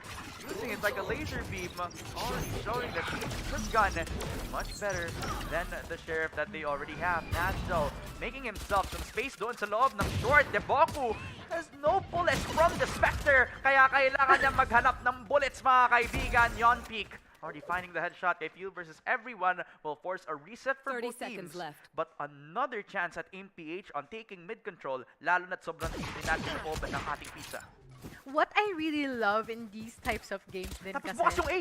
is that maraming pwedeng maging butas. Yeah, just like what we are seeing there, and as well as the fact that time is ticking, pero they managed to actually make it work through. And not only that, isa pa na nagustuhan ko doon is malalaman mo talaga kung hindi expected ng player in accordance sa nakikita mo sa screen. Kung natataranta sila, they know what they're doing. Just like this one, hindi niya chinek yung kanyang corners, and Yontik has been able to secure 3 kills already, pero si Lumiere sumasagot. 1v1, low in terms of health na ang ating pay dito. Nako, si Jeremiah, mukhang makikita siya, and that's going to be a win pa on the end of CNC, which is actually nice kasi kung kanina hirap na hirap sila, it's already an 8-6 clutch pa. I mean, barely. Kasi sirang-sira na yung pera ng Cookies and Cream now. Even though they win, wala silang loss bonus. Yeah. At hindi sila makakakuha ng full buys into the next coming round. So, it is props pa rin para dito sa Cookies and Cream that they won the round. All because nakapag-reset na agad yung Killjoy na si Lumiere na makipaglaban against the last player. But the fact that they got the multiple amount of kills that they needed para makakuha ng fairly lost dito sa ating next round, CNC will just have to buy a few pistols left and right dito. Hindi sila magkakaroon na napaka-maayos sa defense. And MPH didn't have to invest that much para makuha nila yung magiging next round na ito. Natch buying the Vandal this time, just showing that he has the bigger gun, the better aim prowess, the more potential to win the fight dito. But if he pushes too far, he's not gonna expect the killjoy just around the corner over at mid-bottom. Deboku as well. He is the guy that we need to watch out for kasi nasa kanyang kapangyarihan na i-deny yung push ni Naj as well as the push shot already over towards A main. Naku! Doggy with the hoodie, utilizing yung smoke ng Astro. The communication is perfect. Kaso nga lang nakapasok pa rin. But Deboku, that's another headshot with Sevi and Jeremiah answering with all the kills that they need. And it's all on Triple M. Kaso he's blinded, he's terrorized at nakonkas pa nga siya. Na backstab ni Sevi, pinatulog ng AIM-PH ang cookies and cream sa kanilang naging low buy kahit nanalo sila sa pistol round. I actually thought na magkakaroon na ng kalamangan dito si Cookies and Cream because first of all, they got a couple of pickups. Yeah. And even just using their respective pistols is nagamit nila or na-utilize nila yun na maganda along with the utilities that they have even though na hindi siya yung buong package sa bawat agents na meron sila. Yeah. But still, AMPA has been able to actually wrap their head around it na, you know what? It still boils down to the point na kulang sila ng gamit dito. Pero yun nga lang, ang daing nailapag dito kay Naj. And that is going to be some patience connecting onto him. Lalong-lalo na merong pang seize na sinabay dito. Abay, bawas na bawas talaga ang kalusugan mo dito. So kung sinama ng daing, meron na bang tomatoes yan? May kasama pa bang itlog? Meron pa bang kanin dito? Binato. May kamatis at pulang itlog ba yan? Oo, tama. Papunta dito sa AIM-PH. Nabusog na sila sa util na binato agad ng CNC. Perfectly timed. And that's why they picked out yung Raze at saka yung Fade knockout natin dito sa combo for the side of AIM-PH. Expected na agad ng CNC na dito sila papasok. Kaya hindi sila nakapag-push over at B where that was the initial plan all along. They decide na mag-backup plan na lang tayo. Push na lang natin yung nag-iisang killjoy over towards A. But they don't know that. They don't know na nag-iisa lang siya dito. Kaya nag-hesitate sila na pumasok on the A side. Just waiting for Yonpeak to make the opening on mid. Pero hindi nila alam na napakalapit lang ni Phil versus everyone doon kay Yonpeak na nagpo-push doon sa may mid-bottom. And it looks like he's the one who will take that first step. Kaso sa pagpasok sa mid-bottom, sinabi niya, tama na yan. Phil versus everyone will force them to play the save para sa players on aim. But mukhang papasok pa rin sila. Lumiere, headshot. Jeremiah is down. 2 versus 5 with 15 seconds to plant. Mukhang walang panahon at walang magagawa si Sevi. 1 versus 5, a double from Sevi. Pero Deboku will lock them with the 7th round. CNC is on the board na naman. Actually, ang gusto kong i-point out doon, may bright side na ginawa ng Cookies and Cream is the fact that they really took it slow.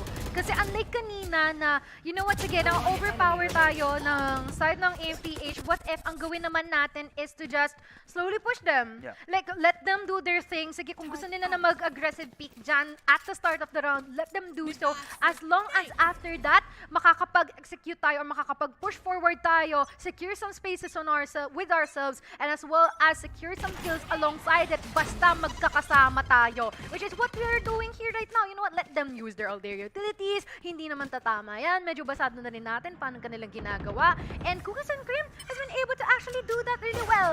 And I am quite excited paano nila ito ma-address later on. Lalong-lalo na that they've been able to actually address every single situation as of this moment, really good in comparison dun sa first na round na meron tayo. Gagalaw ba ang AIM-PH habang alam nilang yung Astra nila isolated dun sa may mid? At hinahunting na siya agad ng Phoenix from CNC. Field versus everyone is hunting for someone who's lurking all the way towards the other side of the map. But no, AIM-PH are gonna take the risk. Nalabas na agad ang Cosmic Divide. At ang Showstopper, hindi natin alam kung naririnig na agad ng CNC to. Triple M will knock him out, pero Naj from the grave will shut him down. Deboku, hindi niya na-clear yung corner. Jeremiah, sinarado ang pinto sa buhay ni Deboku. At nilabas pa nga ang Nightfall para hindi sila makapasok ng site. Defender Children lockdown pa nga ang magna-lock sa kanila. At pinatay pa nga si Santo Baby. At yung tatlong players ng AIM-PH talagang tumakbo papunta sa mid-bottom. Dahil open na open yung B-site sa kanila, kailangang i-clear yung barrels para mapatay ang nag-iisang nagkakat ng kanilang rotation ng Sevi. Oh, Sevi, he is the devil. He's the guy who needs a clear, but Lumiere will deny him. It's a 2 versus 3 in Cookies and Cream. They're gonna try Susubukan nga nilang pumalag dito. Dalawa na lang nang iwan dito sa side ng MPH. Nako, na-blag niya rin yung sarili niya pero kumonekta pa rin ang mga bala niya. 1v2 ang ating sitwasyon ngayon pero mukhang tumatrabaho pa rin dito si Yonbik. Meron pa rin atang posibilidad na siya ay makakapalag dito pero ngayon paubos na rin yung ating oras. Wala rin siyang util. Nagde-defuse na yung kalaban. Ayun nga lang, hindi na siya makakatapat dito and wala siyang choice kundi tanggapin ang palag na binibigay dito ng Cookies and Cream. And that's going to be a 9-8, the closest game that we have as of the moment. A blessing in disguise na ginawa agad ng CNC. They gave up yung city side nila because napatay siya agad ni Yonbik. Na si Lumiere sana ang lalabas doon sa city. Pero dahil sa double push shot ni Phil versus everyone at saka ni Doggy, and nagkaroon sila ng crossfire para magkaroon sila ng safe defuse para kay Doggy. Protektado siya agad ni Phil versus everyone. Naging maayos at safe yung pag-defuse ng spike agad. And after they had the advantage, nako nawala because of the double push shot from Market. But look at that shot from Phil versus everyone. He doesn't have the jet anymore. He needs the Phoenix para magkaroon siya ng lockout doon sa A short. Doggy with the hoodie though.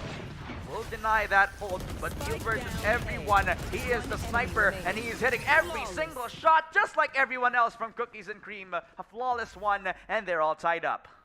Parang kakasabi ko lang kanina, it would be nice to have an underdog story. And mukhang pinapatunayan nga ito ng Cookies and Cream. Kung kanina lang nakita natin that MPH has been able to dominate their counterpart, but ngayon is parang pinoprove sila ng wrong ng Cookies and Cream. Ano naman kung may VCT experience kayo? Ano naman kung under kayo ng isang organization? Cookies and Cream, nako, other than the fact na sila are just up and coming, they're still an amateur team. They're just still introducing themselves to us. For our first leg of the Predator League PH is mukhang nagkakaroon na sila ng magandang foundation. Ngayon pa lang, they're trying to build their fortress. Alam mo, sa totoo lang, parang may nakita akong video before na sometimes a game of Valorant is not all about the statistics. It's not all about the analysis, the good utility, everything that you want to push out na napaka-technical. No, sometimes in an FPS, you get shot in the head. You just get shot in the head. And that's all that matters para dito sa CNC. They have been winning their gunfights in a lot of different ways. And it is all in a good use of timing as well. Nahihirapan ng MPH na magkaroon ng napakagandang timing na makapag-push with their utility this put forward. But now, they have one that may unlock the key for their B-side push, and that is the Rolling Thunder. What if they invest that para mapatay yung nag-iisang nasa stairs? What if hindi nila may bibigyan ng chance na makapag-defend ang Killjoy? And that is what we're gonna find out. They pull out that Rolling Thunder. M will use the showstopper. Hindi niya ginamit agad! Nagpangalawang satchel pa siya at na-deny agad ni Nudge ang ultimate na gagamitin niya sana para madepensa ng B, but they have already planted a spike. That is so unfortunate here on the end of CNC. Sayang yung ultimate na dapat sanang nagamit dito ni Triple M, but you're about to see kung meron bang giging sagot dito ang CNC sa kanilang namatay na comrade. But now, it's already about time for them to go forward. Dain ng mga tays na nagaganap dito. Lahat ng yun pure gunplay lang. Ngayon, dalawa pa na iiwan the end of aim. Pero, we are still waiting for them to actually go for a counter. Ngayon that they're trying to stick it in already. Half na, half defused. But still, mukhang hindi magkakaroon ng chance ang APH na makapag-defuse or rather makapag-protekta ng kanilang spike. Oh my god. The defense definitely impeccable on this one. Napaka-unfortunate for Triple M to whiff the showstopper timing. Pero Lumiere already giving an avenue again para dito sa mistake ng CNC. Cookies and Cream showing why sometimes firepower is enough. And overthrowing the stairs defense has been the key to everything para dito sa CNC despite the flaw that we saw in the early round. Aggress, MPH, both of them on the buy round. CNC also has the money to compensate for this. Despite the close losses that MPH has, they have invested a lot para magkaroon sila ng napakagandang buy into this next round. But this round will be everything. It will dictate the pace of these next coming rounds. Are we heading off to a 10-10 or are we going to be seeing CNC rise to the occasion? Mukhang MPH, they back up to the A site, aggress, and they decide to reset and possibly fight off the Killjoy, the only man on an island. Man, MPH is getting predictable already. Kung kanina, they're the ones who are trying to poison cookies and cream. Ngayon, it is quite the opposite. Kasi CNC is being more careful and methodical than ever. And nakikita naman natin yun from the executes and the solutions or the conclusions na nakita natin from our previous rounds. But now, there is a potential for them to opt for the mid control. Ito yung dapat ginawa na nila kanina pa na iniintay natin, and there is someone na nakaabang dito, Dayboku, but mukhang hindi niya natatangkaing silipin yan. It is already about time for them to push galing dito sa market natin. Marami silang matatanggap na mga blows dito in terms of utilities, in terms of guns, mukhang meron pa mapipitas, but hindi pa nila napaplant yung spikes. Meron pang nakatambay sa boathouse natin na nakakuha na ng dalawa, and even after all of the rotations na ginawa nila na magkakasama, hindi pa rin sumapat sa harap ng cookies and cream. Na-clear nila yung B main, so they knew that B main was a very safe place for them to push, but they don't know about the amount of util that the Killjoy has set up doon sa may B main. So dinecide na lang nila na since mid has already been a strength of ours, gawin na lang natin yung tool para sa makapasok tayo dito. Ang problema nga lang, ready na agad ng CNC sa kanilang defensive positions. Kung nag-push na sila ng market, may Odin na agad na maglulok towards the stairs position. Kung nag-push sila doon sa may Odin, ay masaslow sila lahat. At kung mag-split sila doon sa ating mid-bottom, ay meron din tayong retake na pwede nilang depensahan yung ating mid-bottom area. So Pizza, definitely not a possible option for them. CNC showing why they have been proving to be the more methodical team this time against MPH, despite the inexperience and despite the amateur scene for them. Pero for MPH, they have been in this position before. That's why they have the experience. Kaya nalaban pa rin sila. Field versus everyone against Yon Peak. And it's the Phoenix who wins the fight. May run it back pa nga. Kaso yung breach, nakalabas na, nakaready ang flash. Hindi makita ni Field versus everyone. Ang kahit sino na flash pa nga niya ang sarili niya. But Sato Baby is the denial. Mukhang hindi pa nga siya makakapatay ng kahit sino. But Triple M, it is the paint shell that explodes onto Jan's face. It's a 3 versus 5 afterwards. Actually, I want to point out that Lumiere, parang nag-glow up siya just from the first half na meron tayo dito sa laban nito. Parang kanina hirap na hirap siya mag-defend, hirap na hirap siya mag-execute. Hindi niya alam kung paano niya igagamitin yung mga utilities niya. But this time around, he's been able to hold a site down alone with all of the utilities na meron siya. And it is enough to shake MPH to the point that they are quite dumbfounded on what they should do next. And now, little do we know, it is already the match point. Oh no. One more round to make the difference. The upset victory for Cookies and Cream. They win this game. They will get 5,000 pesos as well as a place in the group stages of Predator League 2023 against MPH, a team that we saw doon sa VCT Qualifiers. Have made a name for themselves on the VCT, pero getting battered everywhere because of the aggressiveness from Field versus everyone and the stability that Lumiere has offered to the table. The reliability of everyone on the squad has rounded out nicely habang tumatagal ang tournament. Actually, ang alam ko kasi si Lumiere, parang nakita ko na siyang mag-compete before. Sa Or sa like, Ed Sheeran concert. no, like parang nakita, hindi ko sure kung kaname niya lang, but I saw someone, it's either in collegiate or sa mga community tournaments, nagko-compete na naman siya before pa. Pero kung siya man to, I feel like maganda or grabe yung naging growth niya, kumbaga. Kita mo, he is definitely top fragging right now. And not only that, he has the lockdown available here on the end of, what do you call this? Cookies and Cream. So if everyone ang gustuhin nila magamit to, just in case that they want to push back their opponents here from MPH, kakayanin nilang gawin yun. Lalong-lalo na of how good they are in terms of their positioning right now. The desperation came out for MPH this time around. They were primed up to do a B rush, pero Can't use that. now they want to sink their teeth in a little bit slower than I've intended dito. CNC not giving too much again dito. Holding their nerve against the T side of MPH. And I like that they're already relying on the Raze and the Boombot para malaman na merong nandoon sa B main. Hindi nila alam kung ilan. Pero dahil nasira din nila because of the guns, maybe he has an idea it is more than just one person, so he's not pushing that much further out of that B main extremity. They're leaving yung nag-iisang Killjoy to hold himself up doon sa A kasi alam nilang Lumiere is a one-man army. While everybody else on CNC, they need help. They need every single eyes on every extremity Kaya kita mo, naka-hold na agad sila dun sa may mid. Meron pa nga tatlo na nag-hold from main, CT, and everyone else. Jan, oh, he's in a lot of trouble. He's in the middle of the gravity well, and Deboku will shut him down. He 4 versus 5. Not the best of spots for AMPH. They have botched their B main push, and they reek towards that mid push. 30 seconds Despite them knowing na nandun si Lumiere.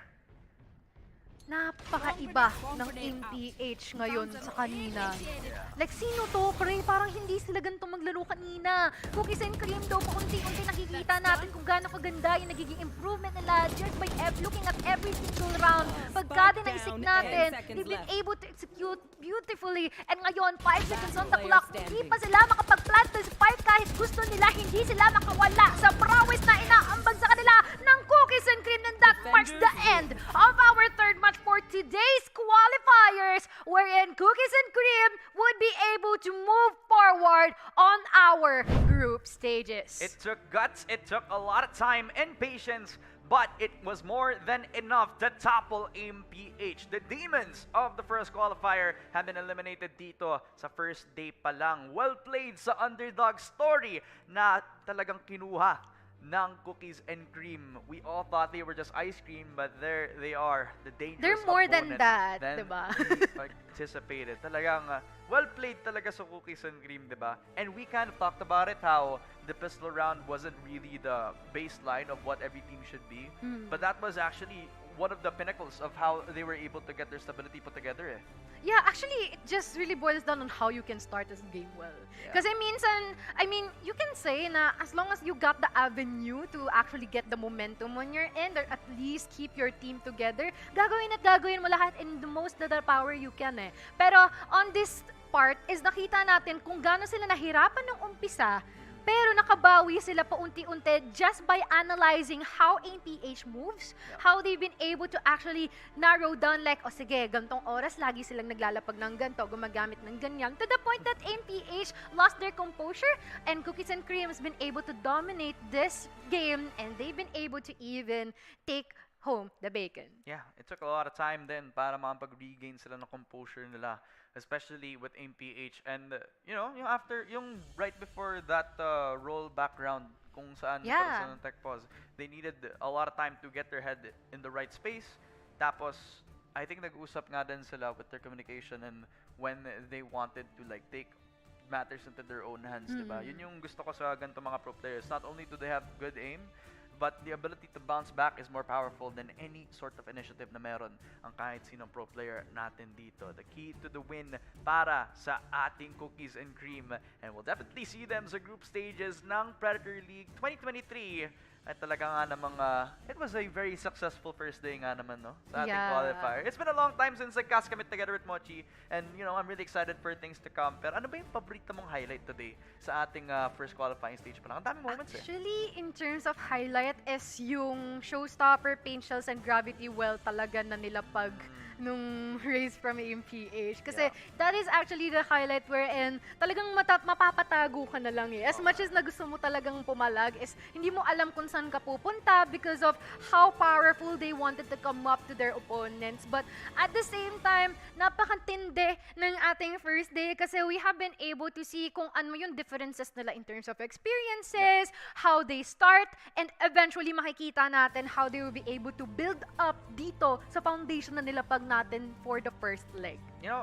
What I really want to highlight naman is the first 2 semifinals games natin kasi yun yung parang naging baseline natin. Expectations to be set para sa mga powerful teams na meron tayo dito for our qualifying stage pa lang. And if we can get more talented teams to participate sa ating mga iba pang mga qualifiers, which we in fact have 7 more pagkatapos dun sa TNC Digos, ay meron pa tayong exposure sa kahit sino pa na pwedeng mag-rise sa occasion natin where we're looking for the next best Filipino team dito sa Predator League 2023. And with all of that, I would like to bid congratulations sa team ng Cookies and Cream. They will be moving on sa group stage natin. But of course, syempre sa MPH, I know na gusto pa rin nila magkaroon ng chance na sumali sa ating playoffs. Kaya para sa kanila at para sa mga viewers natin, pwede pa rin kayo mag-register at time of this live. Pwede kayo mag-join ng battle dito sa Predator League at pwede din kayo sumali on both our on-site or our online qualifiers, di ba, Mochi? Yes, of course. So, if ever man din na meron tayong mga viewers na interesado dyan, like parang gusto ko ma-broadcast sa Predator Gaming Facebook page natin. I feel like I'm really interested. You guys can still register dito sa ating qualifiers sa Predator League 2023. And of course, for our future legs dito sa ating Phase 1 ng qualifiers. And of course, in terms of expectations, ano expectation mo? I really want to see teams with closer games talaga. Kasi habang tumatagal, yung ating magiging Predator League at yung mga qualifying stages pa natin, we'll be going to more cities and we'll be visiting more talented computer shops on TNC na malalaman natin kung sino ba yung magiging next talent natin at kung sino yung next na magiging team secret kumbaga. Kung may makikita nga naman tayo dito. Pero just for everybody who's watching dito, not only to our viewers out there, pero sa mga pro teams at saka mga pro players na nanonood, you already have experience sa mga gantong stages at sa gantong mga tournaments, di ba? And sometimes you win, sometimes you lose. And you could sometimes be the cookies and cream of the situation or you could be the AMPH of the situation. Ang isipin nyo lang ganito. To get to the top, no matter the results, win or lose, huwag niyong kakalimutan that you always have to stand proud whether you are on the losing side or on the winning side of things. Thank you so much, mga kaibigan. We'll see you next week on September 16 where we'll be seeing the next competitors on Predator League na naglalaro sa TNC Cebu, our brothers in the South. Ako nga pala, si Ramon, kasama ko si Mochi. Thank you so much for watching the first day of Predator League 2023 and we'll be seeing a lot more of you next time. Pero bago tayo umalis, gusto ko lang magpasalamat sa ating mga sponsors, ang Predator, Intel, at ang Planet 9. We'll see you guys on September 16 for more Valorant action.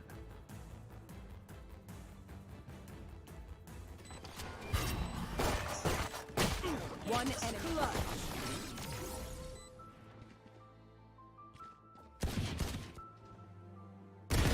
Enemy punished. Spike planted. Killer.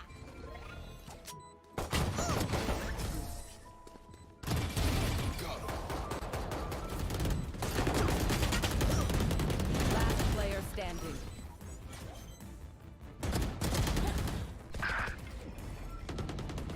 Spike down A. Last player standing. That's going to be the Where are One enemy remaining.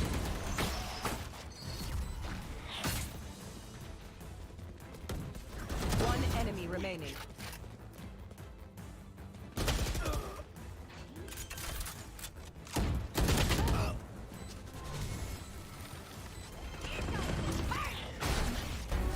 engineer killed? Enemy remaining. Spike down A. Long.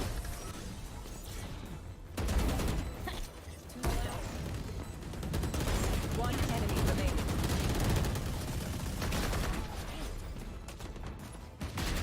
Serious taking that back.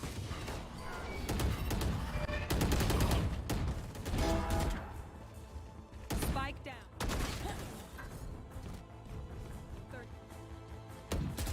Last player standing. Turret destroyed.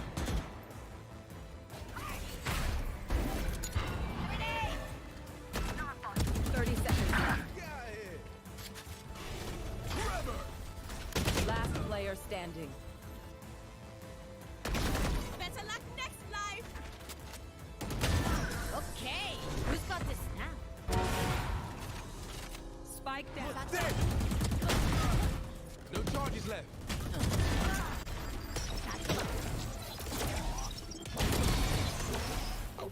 Spike down B. Engineer killed.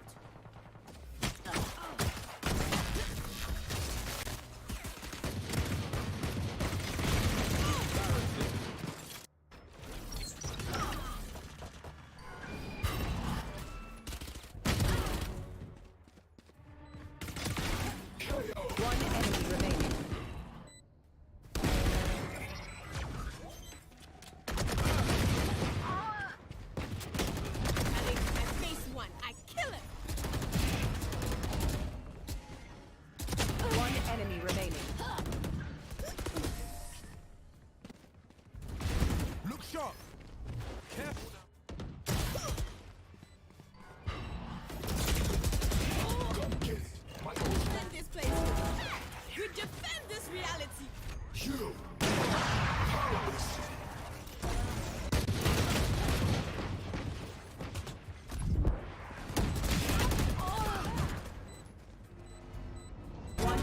remaining. Useless individual. My ultimate. Come on, let's go!